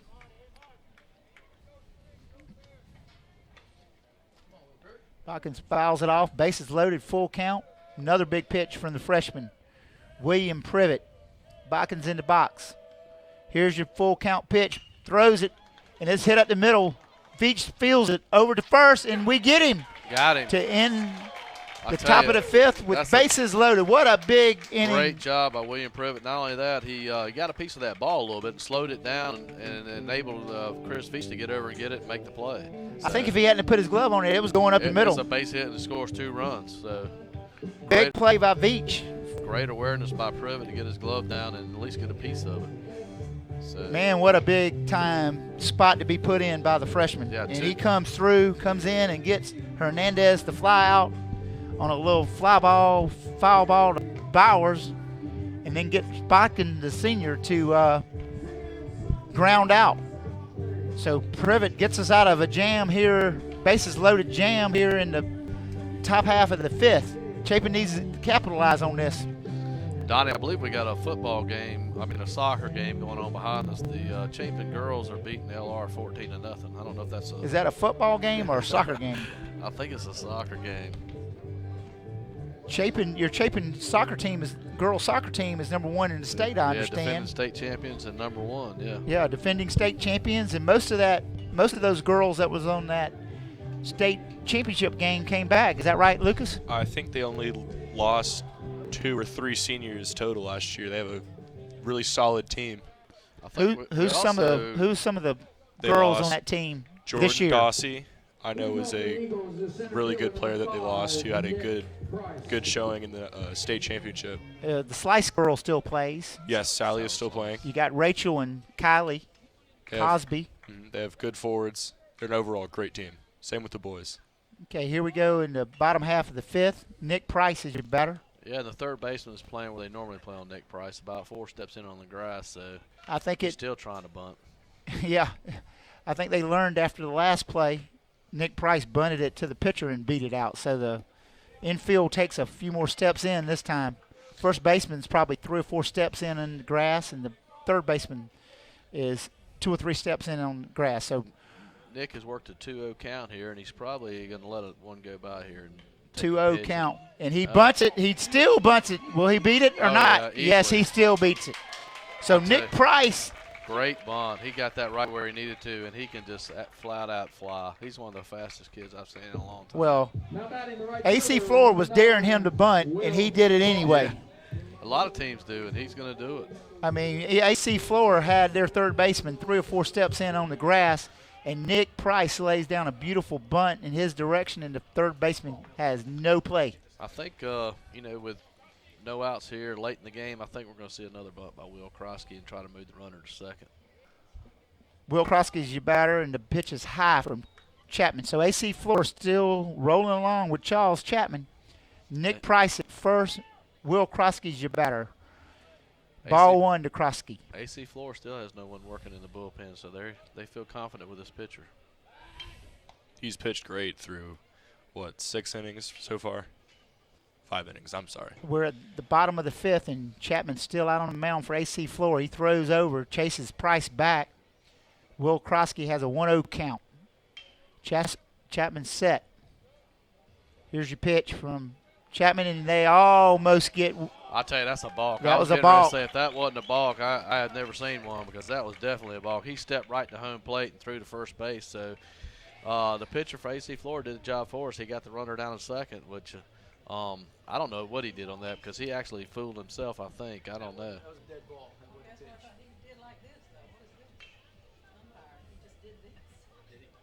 So the catcher going out to talk to the pitcher, try to settle him down a little bit.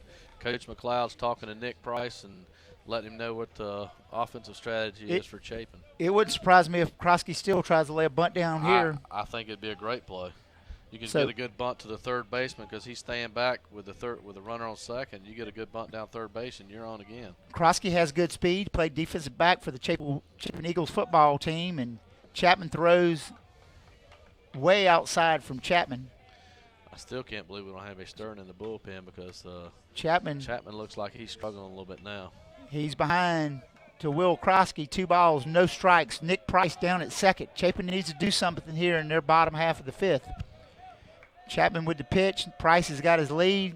Krosky squares, and the balls gets on top of him. He fouls it down the first baseline. So I know that ball kind of ran in on him there, but in this situation, Donnie, I believe you'd like to get the ball down to the third baseman, so make him make a play on it, so that the runner from second can get to third easily, or you can get actually a base hit off of that. So ball 2, strike 1 to Will Krosky. Chapman comes set, looks back at Nick Price. Price gets a little lead. He goes, spins to try to pick Price off, but doesn't even make the throw. Nick's back in there safely. Poole trots out to speak with his pitcher. I've had a great time here tonight. I have to leave, go over to soccer. Wish the best of luck to you guys and to the baseball team. Thank you. Lucas, always a pleasure seeing you, my friend. Take care. Good to see you. Man on second is Nick Price. Got a very sizable lead out there. Krosky has a 2-ball, 1-strike count. He squares again, puts it down to third baseman line. Not a bad thing. Bunt. Not a bad bunt by Krosky. He did his job, moves that runner over to third with 1 out. But Chapman got off the mound pretty good there, picks up the bunt and throws it over to first. That was a great bunt, right where you wanted it. I mean, the only thing Mike could have done a little bit better, if he'd got a little 2 or 3 feet more down the line, he might have beat that out. But that's what you're trying to do, is just move the runner over in that situation. You want to put him there with Steffi coming up. Yeah, we got Robert King now, and with Steffi on deck. And oh, it's Robert King. We're back at the top. So with 2 outs, we got our 2 best hitters.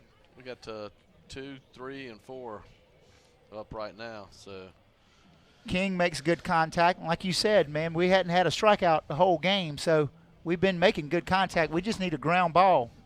I believe AC Flora is going to play their infield in here and try to gun down Nick Price at home. But I tell you, if you get even a high chopper, Nick Price can score here. But most of the time, they're going to let the ball try to get through the infield before you send the runner from third.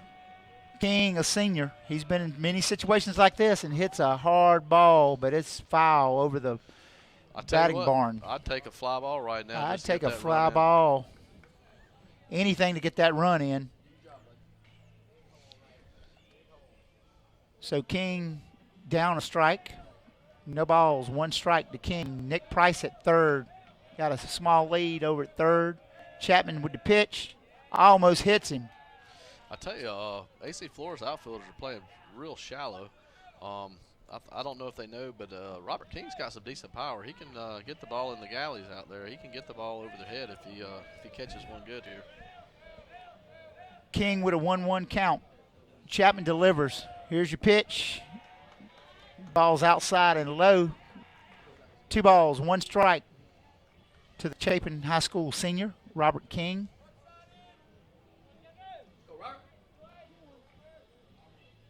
Nick Price at third base. Chapman delivers the 2-1 pitch to King. It's up and away. So very quickly here, Robert King has 3 balls, 1 strike. So he's got to be looking for something to hit here. Yeah, I actually, you would not. I don't think I'd be surprised if he swings at anything but a perfect pitch right down the middle, because you got two of your best hitters on coming up next. So 3-1 count. Here's your pitch, and you're right. He watches a strike pace the outside corner for a full count. So he almost looked like he had the take sign on that, because he didn't even really offer it that. It was a good pitch to be hitting, but he must have had the take sign on. Full count to Robert King. Nick Price down at third. Chapman set. Here's the pitch to Poole, and it's inside for ball 4. Robert King's on trots down to first. I believe he would have gotten in trouble for not wearing that one if it wouldn't have been ball 4. It was close inside. There's no use in letting the ball hit you when it's ball 4. So great to see right here. We've got a big situation, first and third, with our best hitter up. First and third. King at first. Price at third. I believe Steffi's 0 for 1 with a hit by pitch today, and a fly ball to right field. Yeah, hopefully he's due. Not sure what they're going to do here, but Poole wants to try it out and talk to Chapman. It almost looked like they're stalling to get a pitcher warm or something, but there's still nobody warming up in AC Flora. Somebody gave Poole some signals, and now the head coach for AC Flora slowly trots out to the mound. I still don't understand why they don't have anybody working in the bullpen. It's kind of confusing.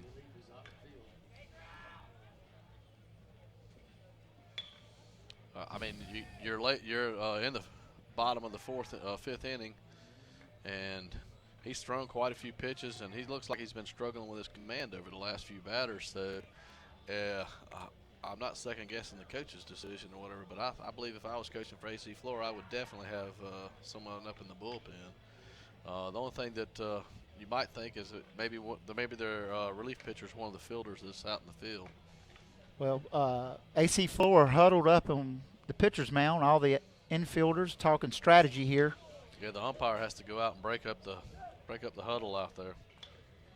In the meantime, Coach McLeod was speaking to Robert King and Nick Price, making sure we knew what we were doing, and Tanner Steffi heads back from the third base meeting and climbs back into the batter's box. I'll be honest with you, Johnny, right here. I wouldn't do anything but let Tanner Steffi hit. Like I said, he's been red hot over the last 3 or 4 games.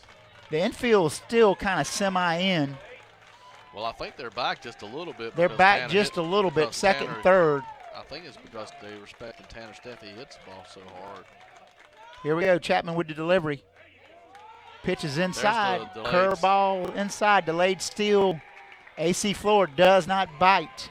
Yeah, that's a play that Chapin's been working on a lot lately and seemed to be running. And I think Coach Al Berry, is assistant coaching this year, has brought that play to Chapin. Ball 1. No strikes. Steffi in there. Here's the pitch. Oh. Great cut, and he just missed that. Oh. It was a 1-1 count now. Steffi misses the pitch.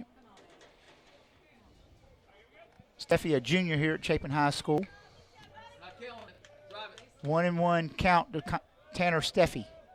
Chapman toes the rubber. We have runners at second and third, Nick Price and King. Here's your pitch, and it's behind Steffi. It actually was that pitch behind the batter? It was behind him. It wasn't even close to hitting the batter. I think the catcher made an outstanding play just to catch that ball. That was a great play by the catcher to catch that ball. I don't know how he caught it, because he couldn't see it, because he had to go behind the batter. Somehow that pitch ends up behind Connor Steffi. You don't see that much where the catcher even catches that ball. If it gets by him, we score easily. Here's your 2-1 pitch to Steffi. A change-up. Got him on the change-up. 2-2. Change-up, slow change-up rolls in there, and Steffi takes a big hack at it. 2-2. We have to be aware of here is on a pass ball, we do have this brick wall back here that hadn't completed the padding on it yet, so you will see a ball careen straight back. 2-2 count. And Tanner puts it in play. Foul ball. Foul ball. Close, but Nick Price was a heads-up play on that. He realizing right off the bat that was a slow hit ground ball and he could score easily and had a great jump. He would have scored if that ball would have been fair. So Tanner Steffi with an even count, 2-2. Outfield still is real shallow for AC Flora. They must be planning of, they're going to concede the ball hit over their head. Must be. For a chance to throw somebody out at the plate. Oh, that was a big strikeout by Mr. Chapman. First strikeout comes at the bad time for Chapin. But that was a great pitch, though. He fooled him on an inside curveball there. That pitch looked like it was right out over the plate and then broke right at the last minute down towards Steffi's feet and just fooled him. If we're going to get it done, it's going to be Kale Rain. With runners at second and third, Rain steps in, lefty on the lefty matchup. We're looking for a base hit here or either obviously a wild pitch, pass ball, something to score that run from third. We just need Kale to get aboard somehow. If Kale gets aboard. Once again, though, Donnie, with first base open, I don't think they're going to give him much good to hit. They've thrown. These catchers set up way outside again. They're gonna. This is another unintentional, intentional walk, whatever you call it. Because in high school baseball, you don't have to pitch to the guy. You can just send him to first base if you want to. So this is a unintentional, intentional walk. And he's seeing the same pitches that he saw last time. Catcher sets way up outside, and Mr. Chapman misses 2 feet off the plate. I wouldn't be surprised if they just put him on first here. So it's pretty clear that I don't know why you would pitch to him here because you can't do anything but throw it away. Especially throwing these curveballs and as far off the plate as they're he's going. Throwing the ball 4 feet outside the plate. So Chapman, 2-0 pitch. Chapman with another curveball. So quickly the count's 3-0.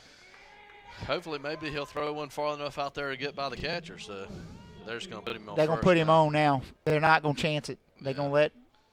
I would have just done that after the second or second pitch, probably. So that's the second walk in a row for Mr. Kale Rain. Kale Rain loads the bases up.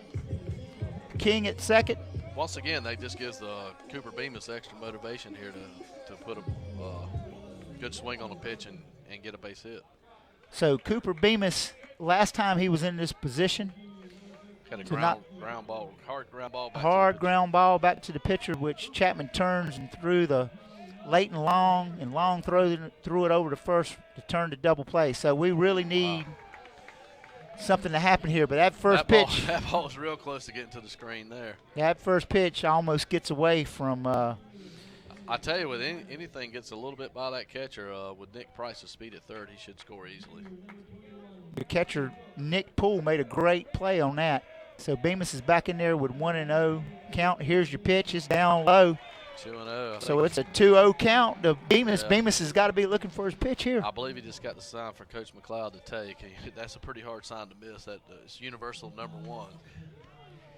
So it looks like Bemis will be taking this pitch. That's a smart decision right here. Make the pitcher work a little bit. Make the pitcher throw you a strike. He's missed several times, and he misses again. No, he's taking 2 more here probably. So it's a 3-0 count. I believe we just had the same situation last inning, didn't we? We had a 3-0 count on their batter, and Privet did a great job of coming back and getting him out. Privet battled back from a 3-0 count with bases loaded. And 2 outs, same situation. And 2 outs. So I'm sure Mr. Bemis is taking a pitch here. Here's your pitch from Chapman, and hits. Strike right down the middle. Strike. So that puts 1 on the board. I'm not sure what I missed the sign there from Coach McLeod. I'm not sure if he's taking again, but he could. It's got to be. If he's not taking, it's got to be in his wheelhouse. AC Flora's putting a shift here on Cooper Bemis. They're pulling all the second baseman's all the way around to on the other side of second base. All right, so here's your pitch, your 3-1 pitch with bases loaded, and it's in the hole. He may find it. There's nobody at second. Yes, he got it. He's safe.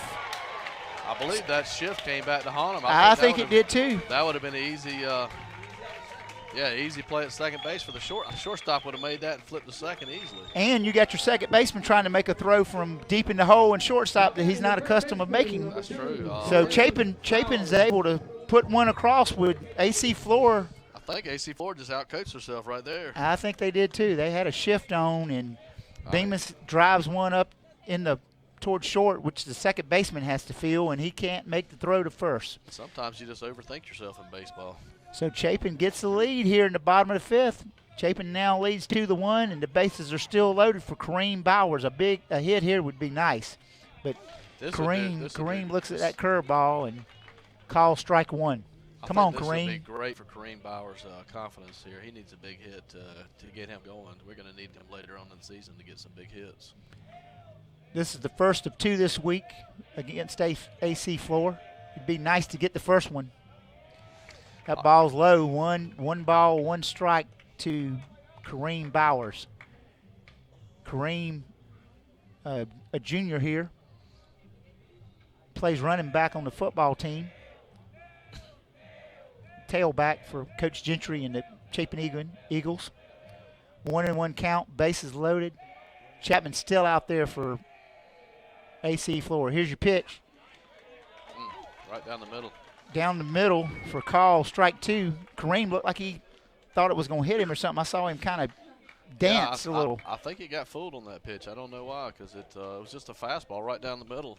Looked pretty good, like a pretty good pitch to drive to me. Come on, Kareem. We need a base hit, bud. Kareem takes a few practice swings. Here's your pitch from Chapman. And it's back up the middle. It's off the pitcher. It's off the pitcher. So Kareem hits one hard that ricochets off Chapman. Shoots at the shortstop. And shortstop was moving towards second base to get it. So Chapin. Another run for the Eagles. I mean, I'm pretty sure that ball probably would have got back through the middle, but I'm kind of glad it did hit his foot and Kareem off his foot and scores another run. So tack up another one for the good guys. Good guys are ahead 3-1. Eagles leading the AC Flora Falcons 3-1. This is a big game this week. You know, it's pretty much thought that the winner of this week will win the conference. Yeah, I really like the way they're doing the conference play this year. Something new where they're playing each team in their conference during the same week, which it gives you a better look of how each team is. You know, you could be having one team could have a weak opponent that week, and some team could have two strong opponents that week. So I think it's a more balanced schedule, and it's a fairer schedule the way they're doing it now, where you play the same team in the conference in the same week. It forces you to use two different pitchers. Exactly. Where in the past you could pitch your ace against them at the beginning of the season and then pitch the ace at the next time around. But with this scheduling format, you gotta use both pitchers. So shows a better balance in your teams and how gives a better outlook of your teams. I believe we got a pinch runner, Brenson White, in at second base for. He's running for Cooper Bemis. So Brenson White is your pinch runner. Bases are still loaded. Rain's down at third base. White at second. Bowers at first. And Wade Ward looked at a pitch that looked like it could have been just a little bit off the plate. But once again, that pitcher's been working right there on that corner. So usually when a pitcher gets consistently working that corner, the umpire's going to give it to him. Wade Ward steps in. Got fooled on the changeup. That was a great changeup. Way out ahead of that. Nice looking changeup rolls in there. Wade Ward quickly down in the count. No balls, 2 strikes. This is when Wade seems to do well, though. When he gets behind in the count, he shortens up a little bit and tries to put it in play. Bases loaded, 0-2, 2 outs. Chapman with the pitch, and Ward fouls it off, stays alive. That's a sign of a good hitter once again, Donnie. He's shortening up his swing, and he's just going to put it in play. You probably look for something going to right field here.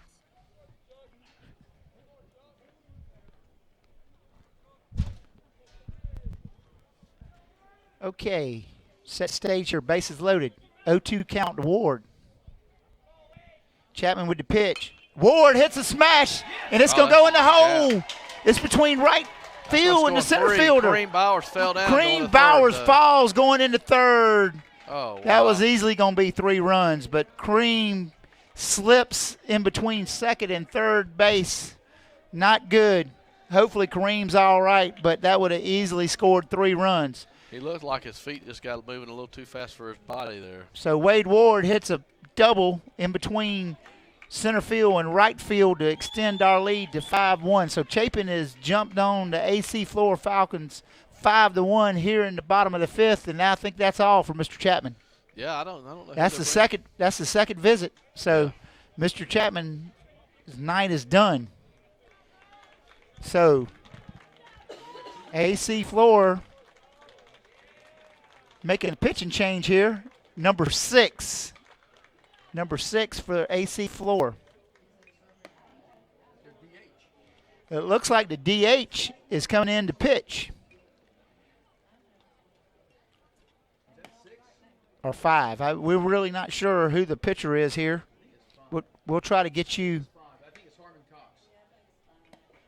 Harmon Cox, the third baseman, is coming in to pitch. So Harmon Cox, your third baseman, is now the pitcher for AC Flora.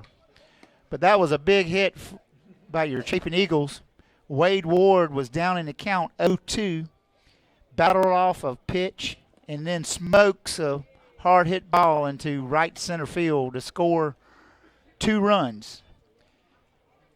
Kareem Bowers was on first base, but he stumbles coming around second base and falls, but able to get up and mosey on over to third, but would have easily scored if he was able to keep his feet. Hopefully that doesn't come back to haunt us later in this game. Chapin takes a 5-1 lead, still 2 outs here in the bottom of the fifth with runners at second and third. Sorry I left you there for a second, but I was trying to get the score right on the innings. I hope I got that correct. I don't have my glasses with me. It's kind of hard to see. It looks good. Chapin 5, AC Flora, bottom of the fifth. Wow, some big hits here in this inning by the Chapin Eagles. I bet our viewers were wondering why it looked like we just scored 4 runs just like that. It wasn't a grand slam. No. Just 2 of us in the box tonight on the broadcast. CSPN is the sponsor of this broadcast, Chapin Sports Network, sponsored by the Chapin Eagle Club, broadcasting several athletic events this week. This is the first of 4 games for Chapin. Chapin's back in action tomorrow night against Mid-Carolina here at home. Yeah, I believe there's a doubleheader tomorrow with the JVs starting about 5 and then the varsity playing right after that. Chris Veach has the opportunity to do a little bit of damage. We also we traveled to AC Flora on Friday and then back at home against Dutch Fork on Saturday. So a busy week for your Chapin Eagles. Chris Veach looks at a ball inside. Oh, I think he called it a strike, Donnie. That was a sharp breaking pitch. So Mr. Cox comes in, and first pitch to Veach is a strike. Runners take their lead at second and third. Here's your pitch, well outside. So the count evens up 1-1 on Chris Veach. Chris Veach, a freshman here at Chapin High School, playing second base for your Eagles. I think he played shortstop on the JV team. And yes, sir. Very, very good hitter, fielder. Loves the game of baseball. Chris Veach fouls off a 1-1 pitch, count 1-2 now. Runners at second and third. This would be huge for Veach to find a way to get a base hit here. We'll take anything at this point. Pass ball, base hit. 2 outs. I still don't. I was working on the computer there, but I know they changed the pitchers. But did this kid ever warm up anywhere? Or I got a good view of the bullpen, and I never saw him warming up. No, I think he came straight off of third base. He came straight in from third base, and they replaced him at third base. Here's your 1-2 count. Way outside, almost gets past Poole, but Poole makes a great backhanded stop to keep Bowers down at third. Ward at second, Bowers at third. Veach in the box. 2-2 count, 2 outs. Triple twos on the board here at Chapin. Here's your pitch and another foul ball. Veach is battling. Chris Veach is battling Mr. Cox. Harmon Cox, your third baseman, is now pitching for AC Flora. Chapin leads 5-1 here in the Bottom of the 5th. We put 4 across. Ward at second base leads off. Here's your pitch, and Veach fouls off another one. He's getting a good look at this guy. Yeah, he's fouled off quite a few here.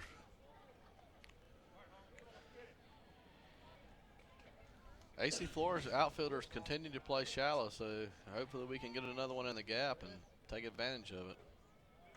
Veach is showing a pretty quick bat. That ball's close in the zone. He's able to get his bat on it and foul it off. 2-2 count from Cox, way outside. Another great stop by the catcher. He had to dive out into the left-handed batter's box and stop that ball. Pull comes across his body to bring that one in.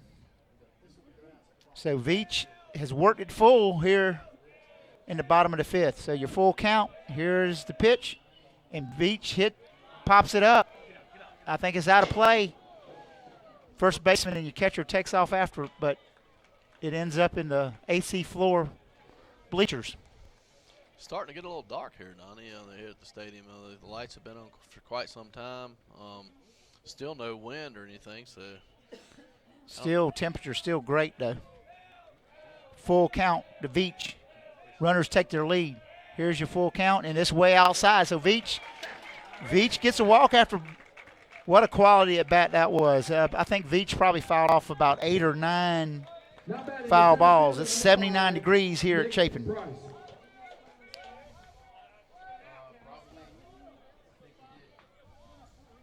Nick Price steps into the box. He's laid down a couple of bunts. He has 2 bunt singles tonight. Bases loaded for Nick Price. What will Nick Price do here in this situation? Here's your pitch. Right, paints that outside corner. Mr. Cox throws a pitch on the outer half of the plate. Nick watches it go by for strike 1. Full count. 0-1 count. Here's your pitch. Curveball, a little low. 1-1 count to Nick Price. Veach at first. Ward at second. Bowers at third. 2 outs. 1-1 count to Nick Price. Need a base hit here. Plate some more insurance runs. Coach McLeod has his squad ready to play tonight. We've jumped on AC Flora 5-1. Here's your pitch. Throw over to third base, and the third baseman was 10 feet from first base. I don't quite understand why he would even throw it over there. So Nick Price back in the box, count 1-1, bases loaded. 2 outs here in the bottom of the 5th, and Nick asks for timeout and receives it. So we reset here. Nick Price ready. Here's your pick from Cox. It's well outside for ball 2. So Nick, looks like these guys are trying to make him throw a strike. They're being very patient at the plate. Yep. Veach was very patient. Now Nick Price has gotten ahead. 2 balls, 1 strike, bases loaded. A walk is just as good as a hit in this situation. Man, anything we can put crosshair. And that's a good swing. Price puts a good swing on it, but it looks like the left fielder has a bead on it to shut Chapin down, but not before. The Chapin Eagles plate 4 runs here in the bottom of the 5th. Chapin takes a 5-1 lead. We need 6 outs on these guys, and yeah, we really should have had 6 runs that inning. I think it's unfortunate that Kareem Bowers, he just lost his foot and footing about halfway between second and third on that great hit by Wade Ward in the gap, and Wade probably would have had a triple on that, but he had to hold up at second base because Kareem had fallen down going to third. Hopefully that's not going to bite us later. If Mr. Privet can continue to get those ground balls like he got last inning, we'll be fine. He does a great job of keeping the ball down in the zone, and he's around the plate the whole day. So, how many? William Privet has pitched 9 innings, 10 strikeouts, only 2 base on balls. So he's not prone to walk you. If he can keep that, make them hit the ball. We've got a 4-run lead. They need to. Yeah, as a 9th grader, of course, he's not going to be overpowering, but he does a great job of locating his pitches, and he's got great movement on that changeup. He can really run that away from a left-handed hitter or run it in on a right-handed hitter. So Privet is back up on the mound for the Chapin Eagles. Steffi behind the plate. Number 16, Will Bethay's back up.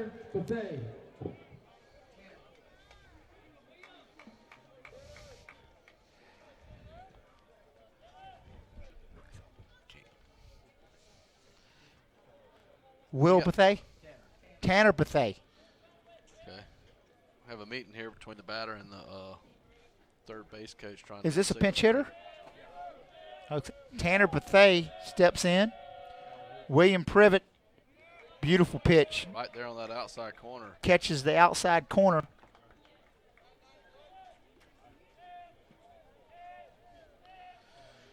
It's 0-1 pitch. Oh, what a curveball. And it's caught. Robert King came in and made a great play on that ball. He got an early read on it and a good jump and comes in and catches the ball, a little blooper right before it hits the ground. So that's the first out of the inning here.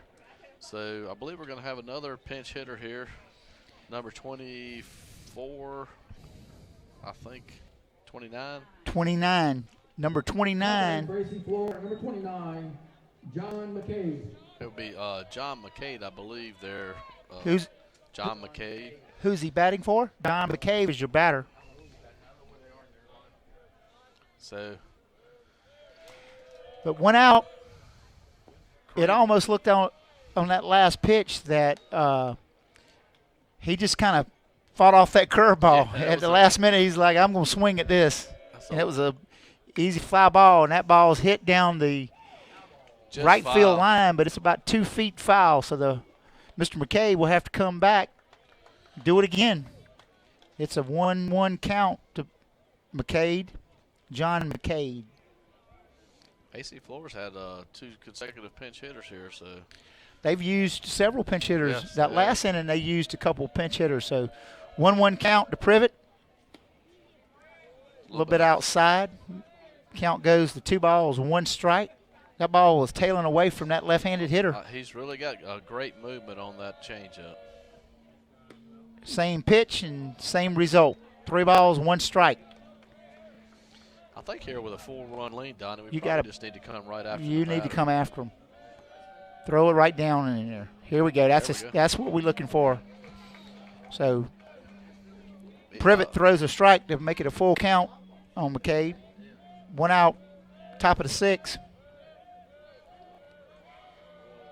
Here's your pitch from Privet. Right back up the middle. Wow, he was lucky that ball wasn't a foot to the left, or he might have taken his head off. That was a shot. That was a shot right back up the middle. So you did what you had to do on that one, though. I mean, You don't want to walk the guy. Don't give him anything. Make him earn it, and he earned it. It looks like we're going to have another pinch hitter. I haven't seen this. You know when they come up there, Donnie, the uniform's clean. It's probably a pinch hitter. So it's Michael Lindeman, I believe is his name. Number 15, Michael Lindeman. So AC Flora gets a runner on here in the top of the 6th. He's batting for the number 9 hole slot here because I see Mr. Pope on deck over there. So he's batting for Baker Cox. Here's your pitch. Big curveball circles in there. Wow, that was a nasty curveball from William Privet. He had no chance. He didn't even think about swinging at that one. Yeah, that McCabe really takes the lead there at first base. Here's your pitch. That was barely misses outside to even up the count 1-1. We need a ground ball double play here, Donnie. Ground ball, Mr. Privet, is what we're looking for. William comes set. Here's your pitch. Oh, and the curveball gets away from him and plunks number 15 on the backside. So he trots down, and we got a little bit of trouble here. Coach Shino calls timeout. We do have some action in the bullpen down there. I believe that's Reese Rutherford. Reese Rutherford warming up. Coach Shino slowly makes his way out to the mound. All the Chapin infield kind of comes up, gathers up, talking a little strategy with Mr. William Privet and the infielders. Big inning here. Need to get get 2 outs, and move on to the 7th.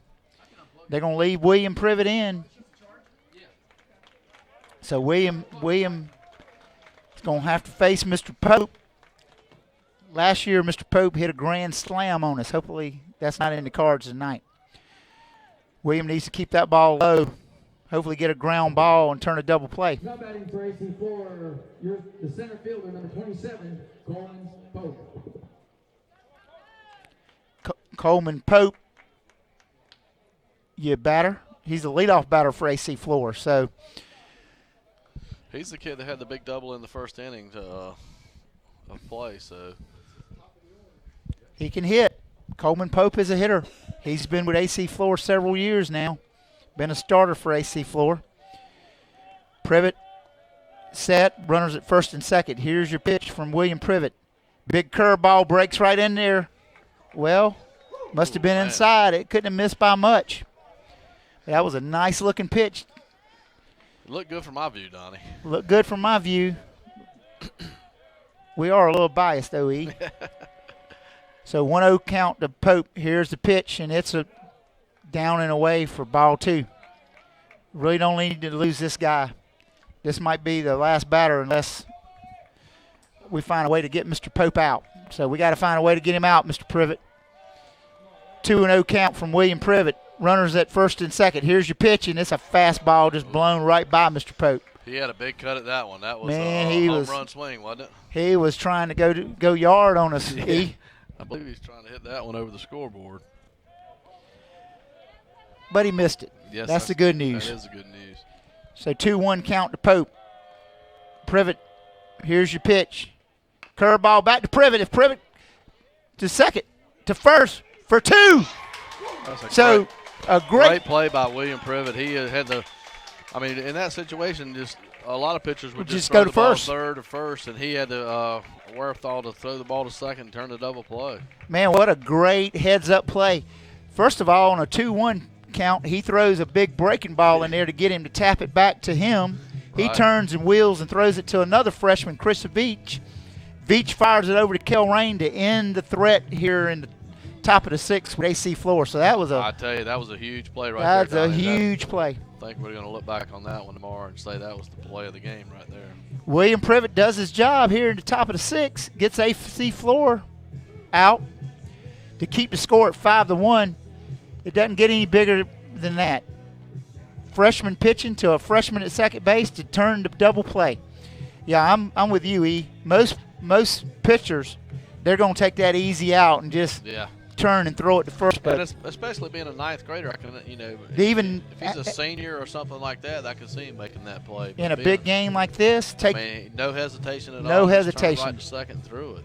I believe we got the top of the order coming up for Chapin. Hopefully we can get a few more insurance runs here, Donnie, with Will Krosky leading it off. Will Krosky, Robert King, and Connor Steffi up for Chapin. Man, what a big play by William Privet. The freshman has done well. I was starting to get a little worried there with, that's Clay Pope's is the number 1 batter in their lineup too, and I was thinking, guys, 1 out, and you got probably the AC Flora's best hitter up, and then you got several more good hitters coming up. That obviously was the best thing that could have happened to Chapin.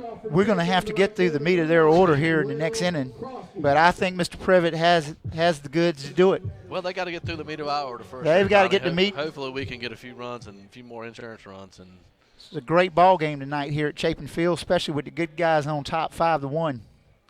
Here's your pitch, and Will Krosky flies the first pitch out to center field. Center fielder camps up under it for out number 1.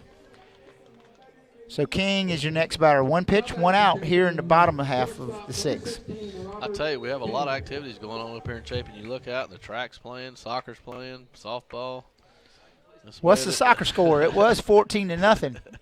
Did we score another touchdown? How about a field goal? 0-0. I think the JV is playing now.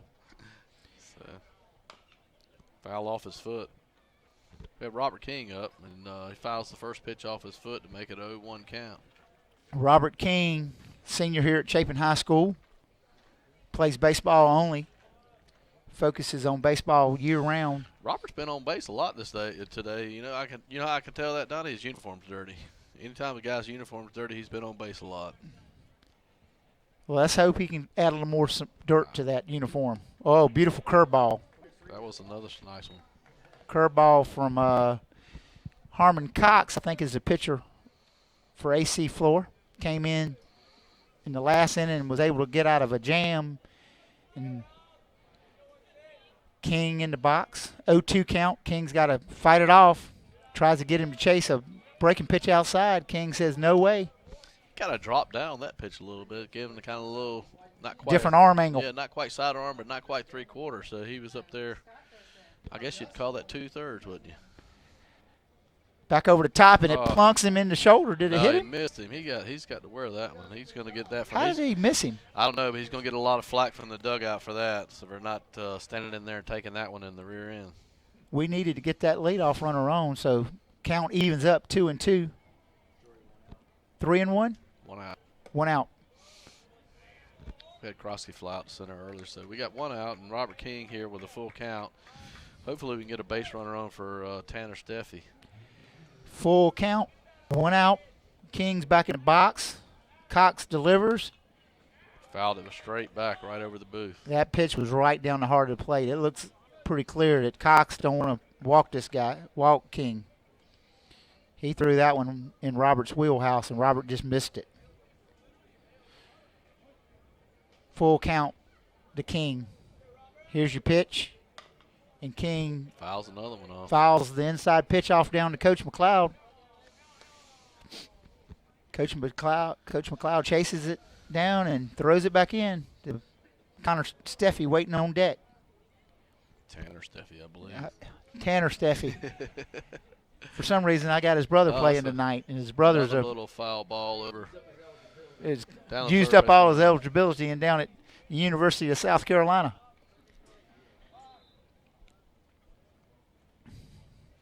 Still got a 3-2 pitch. Robert King's fouled off 3 pitches here, though. So that's the Chapin batters have done that well tonight. Well, we've had a lot of batters battle and end up getting a walk or a base hit, and this one skied towards the third base. I think he lost it. Oh, he lost it in the lights, but it's still out of play. It's still into the stands. Still out of play over the fence behind the Chapin dugout.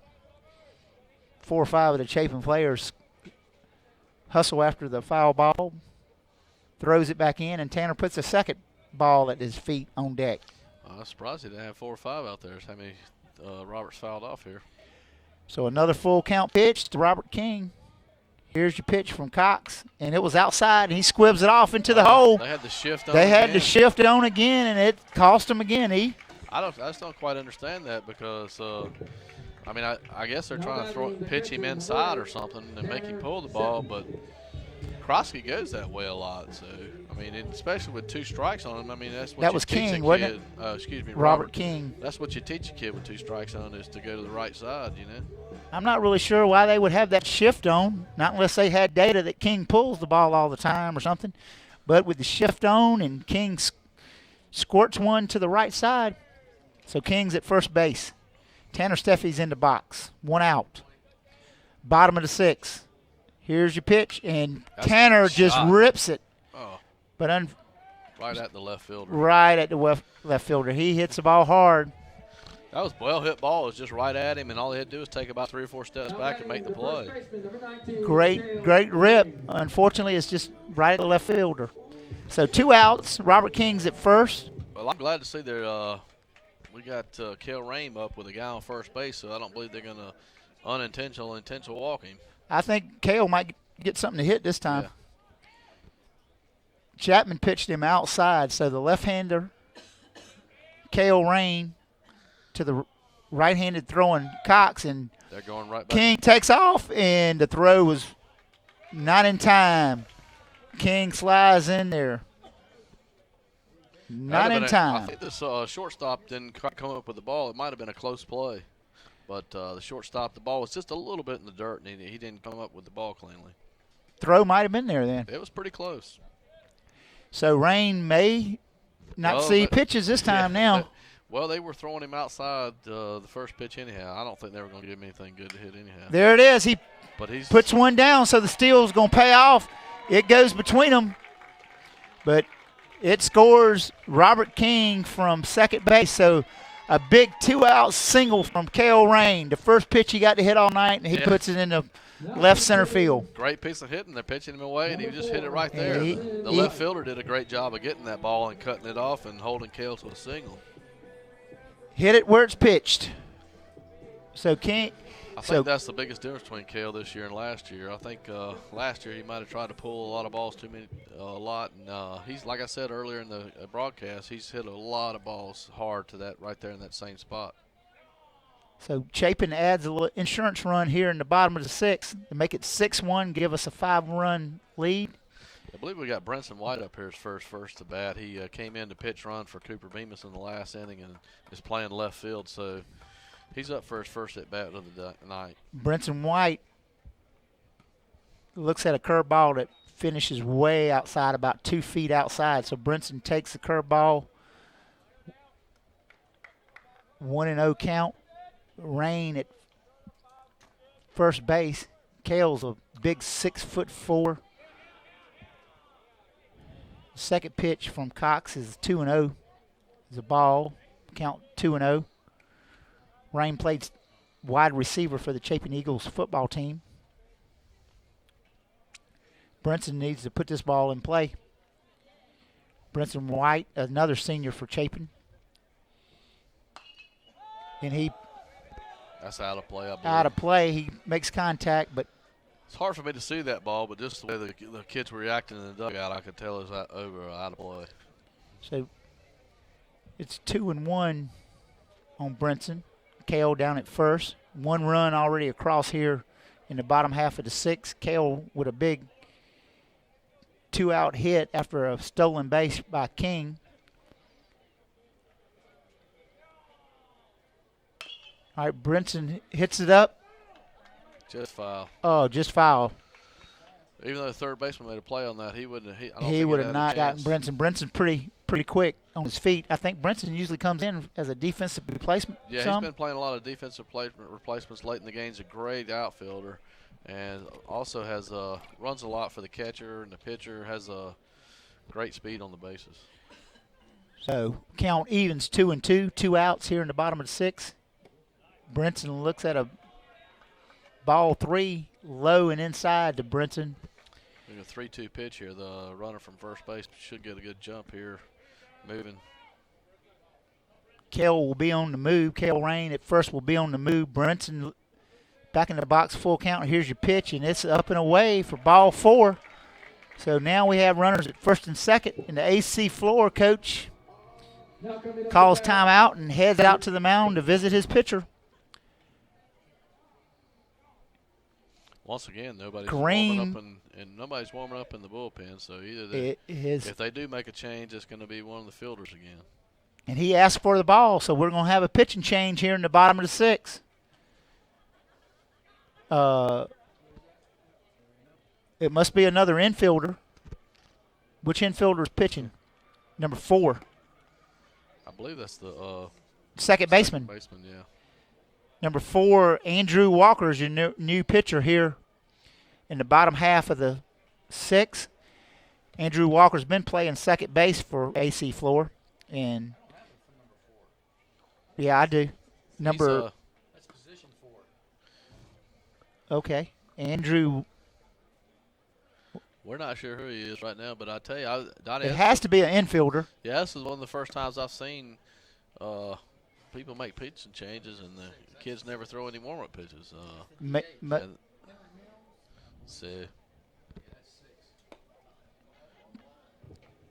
So it's Henry. Racing floor, number 6, Henry Mills. Yeah, I believe the pitcher's number 6, Mr. Mills. Which has been the DH all night. Okay, well, I think that he came in when they made the first pitching change. He came in. Play third base? Play third base, yeah, for when they took the first pitcher out. So we add another score here in the bottom of the sixth to make it 6-1.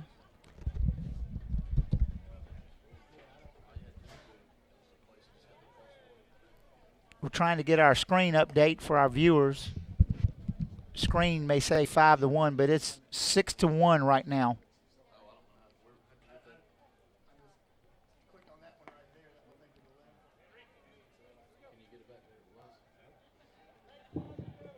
Now batting for your Chapin Eagles, third baseman number 2, Kareem Bowers. Kareem Bowers steps up to the plate with runners on first and second.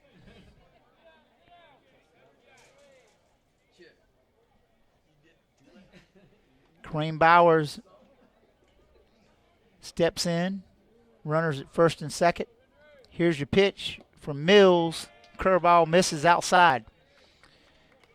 1-0 to Kareem.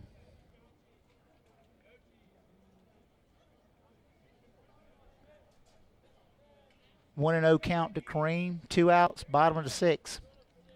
Here's your pitch from Mills. The righty for AC Flora throws a curveball, paints the outside corner. So 1-1 count.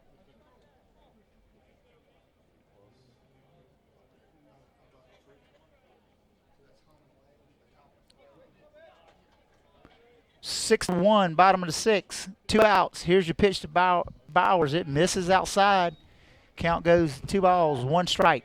Kareem's had a pretty decent night. Made a great play over at third base earlier. Just had the one little stumble round in second base. Yeah, that was a big stumble. It was a big stumble. We'd have had another run on the board. Looked like he fell, started about halfway to third and almost made it to third, falling. All right, here's a hit up the middle. Shortstop feels it and tags second base to end the inning. So we go to the top of the 7th. Chapin needs to get 3 outs.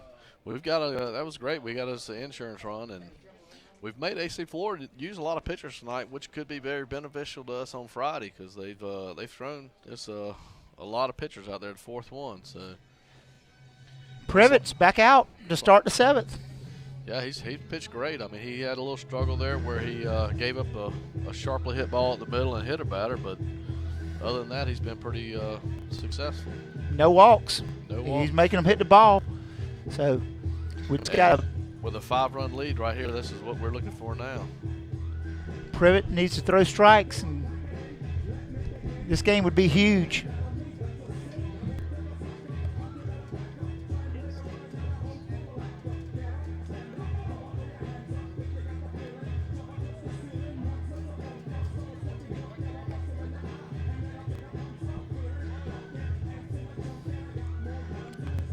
We're in between innings here. We're trying to get the screen updated to the top of the 7th. So we go to the top of the 7th. Chapin leading AC Flora 6-1. Freshman William Privet on the mound for Chapin Eagles. Privet about a 5'9", 5'10" freshman. We need 3 outs here in the top of the 7th. This game would be huge in the region standings. Chapin's currently 2-0 in the region. AC Flora's 2-0 in the region. Here's your pitch from Privet and paints the outside corner for strike 1. That's a good start here to the 7th, top of the 7th. Here's the pitch from Privet. Curveball breaks in there beautifully. That big curve. He takes some speed off that ball. It's like probably about a 55-mile-an-hour curveball there. My buddy Rod Steffi refers to it as the wiffle ball pitch. It's coming in there, moving, and hard to hit. 1-2 is your count. Privet ahead in the count. Here's your pitch. Fires a fastball in there. Fouls back behind the press box. 1 ball, 2 strikes on number 1. Leighton Long, the shortstop. He's had a good night. 1-2 count, and he fights off a curveball, but it's fouled down the third baseline. That was a pretty ugly swing on that curveball. It was like at the last moment, I better hit this. He was really fooled on that. He just trying to protect himself up there. So that was definitely a 2-strike swing from Leighton Long. Had to get a piece of that curveball to remain alive. 1-2 count. Privet delivers to Steffi. Little bit outside.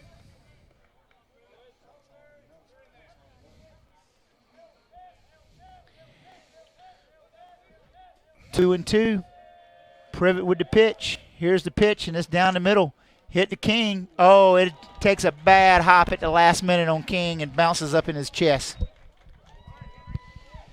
Yeah, that was a pretty easy play for Robert King there, but that last hop was just a bad one. It came up on him and hit him right in the stomach. That last hop kind of just took a bad bounce and hits King in the chest and gets away from him. So AC Flora gets their leadoff runner on, but it was another ground ball from Privet. He's done a great job. So if Privet can keep getting those ground balls, we're going to be okay. Here's your pitch, curveball. Drops right in there for strike one to Mills. Mills has been your DH, which is now your pitcher. Exactly. So 0-1 count to Mills. Here's the pitch from Privet. Another curveball, but misses outside. So 1-1 to Mills. Leighton Long down at first base. 1-1 count on Mills. Here's the pitch. Oh, another curveball, but it barely misses the inside corner of that plate. Looked pretty good. 2-1. 2 balls, 1 strike. Here's the pitch from Privet. Outside, misses again. 3-1. Don't want to put him on. Yeah, I believe with the base runner and the 3-1 count, Chapin has the bullpen working again in there. Just throw it. Make him hit it, William. Here's your pitch from William Privet. Right down the middle. It's a ground ball. Could be another double play. There's one. On to first. So another double play from Chris Beach and the freshman to Cale Rain. I tell you, you couldn't draw it up any better. 2 innings in a row. 2 innings in a row. Privet has got a ground ball back to himself, which he turns and wheels and throws it to Chris Veach. Chris Veach fires it over to Kel Rain for 2 outs here in the top of the 7th. So yeah, I think in both situations he was behind the count, 3-1. So that's a huge pitch. I have not seen anything but ground balls. Yeah. I mean, the one single didn't get 4 feet off the ground, and it was a shot up the middle. You're right. So Privet, we're down to 1 out here. 1 out in the top of the 7th. This could be a big win for the Chapin Eagles to knock off the first place #1 team in the state. 1-1.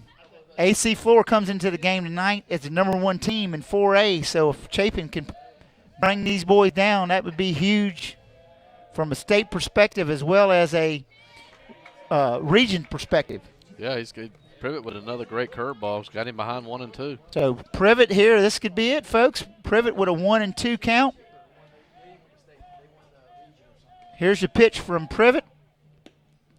Tried to put a little extra on that one, and it misses outside. So Privet works the count to 2-2, 2 outs, top of the 7th. We're looking for the big win here at Chapin High School. Chapin Eagles. Here's the pitch, and it was a slow roller to short. Slow roller. Robert King with a great play and just threw it a little in the dirt, and Cale Rain couldn't quite come up with it. Man, what hustle by Steffi. Steffi's down there backing up. Yeah, that ball was just dribbled out to shortstop. Robert had to come in, and it's a do-or-die play. He was on the run making the throw and just got it a little bit in the dirt, and Cale just couldn't quite come up with it. It's definitely do or die. I mean, that guy fought off a curveball and just barely got the bat on it. And it dribbles out there, and King makes a good play to even get to it, but the throw's a little off. So 2 outs, the runner's back on first. That curveball drops in there for a call, strike 1. Hopefully that just means we'll have to wait 1 more batter before we celebrate, Donnie. I'm hoping you're right. Take a 3, win number 3. Oh, he swings. It's got him behind 0-2. 0-2. It's right where you want to be if you're William Privet. He's staying ahead of these AC Flora batters. I'm kind of thinking we might see that big sweeping curveball right here. I'm thinking we're going to see the big sweeping curveball from William Privet. Privet set. Here's the pitch, and he throws it hard and barely misses on the outside corner. That was a great pitch. He decided to try to sneak an outside fastball on him. I imagine we're going back to that curveball on this pitch. William Privet set. 1 ball, 2 strikes. Top half of the 7th. Misses again. 2-2. Runner at first base for AC Flora. They need more than one runner. 2 outs. Top of the 7th. Chapin could take a 3-0. Oh, got him. No, barely missed him. I think the ball got away from Kale Rain. The throw was in time, but the ball scoots away from Kale Rain. Wow, that guy, he looked like he was stealing on that. I don't know why you'd be stealing when you're down 5 runs with 2 outs in the 7th inning. We could have a one-game lead in the region if we can hang on. 2-2. William Privet throws the curveball, and it's fouled back against the screen. That was that curveball we've been looking for 2 pitches there, Donnie. It was a really great pitch. He just the batter just got up there and fought it off right at the last second. I know if we kept calling, we'd finally see it. We get one right. Wouldn't we? We'll get one right. So William Privet on the mound, 2-2 count. And he strikes him out to end the ball game. So Chapin Eagles take down the number 1 team in the state, the AC Flora Falcons. Folks, Chapin gets a 1-game lead here in region play. Need to do it again Friday night. That was a great game there, Donnie. The Chapin Eagles coming into the game a big underdog to AC Flora, I would have to expect, with AC Flora predicted to win the region this year again. And the Chapin Eagles just came out ready to play and had a big inning in the 5th inning there and put up a 4 spot on them. And with a big hit by Wade Ward, I tell you that he came up with a clutch situation when the bases loaded and 2 outs and delivered with a double to right center field that should have scored 3 runs but only scored 2 with Kareem Bauer stumbling there around the bases. Thankfully, we didn't need that run. Yeah, you're right. So, folks, that's a wrap. Chapin takes down the number 1 team in the state. We get to do it again Friday night. We'd like to thank the Chapin Athletic Club and CSPN for bringing you this broadcast tonight. Chapin's schedule for the rest of the week looks like we'll play Mid-Carolina tomorrow night at 6:30. Well, it depends on, I think the JV game starts at 5, so this varsity game should be scheduled right around, I think they'll probably schedule it to start, well, when we were up at Mid-Carolina, the game didn't start till about 8 o'clock, so I'm thinking it's probably around 7:30. They'll shoot for a start time on that, which I wouldn't expect it to be much earlier than 7:30. And then we travel over back to AC Flora on Friday night, which I believe is a 6:30 game. And then Friday, I guess we probably should have announced this earlier. I mean Saturday, excuse me. There's a big triple hitter here at Chapin with the Dutch Fork teams. The B team plays at noon, and I believe the JV team plays at 3 o'clock, and the varsity wrapping it up at a 6 o'clock game. So we appreciate everyone listening in, and thank you, E, for helping me out tonight. I'm Donnie Durant, and your Chapin Eagles' final score tonight, Chapin 6, your AC Flora Falcons 1. Till next time, guys, go Chapin.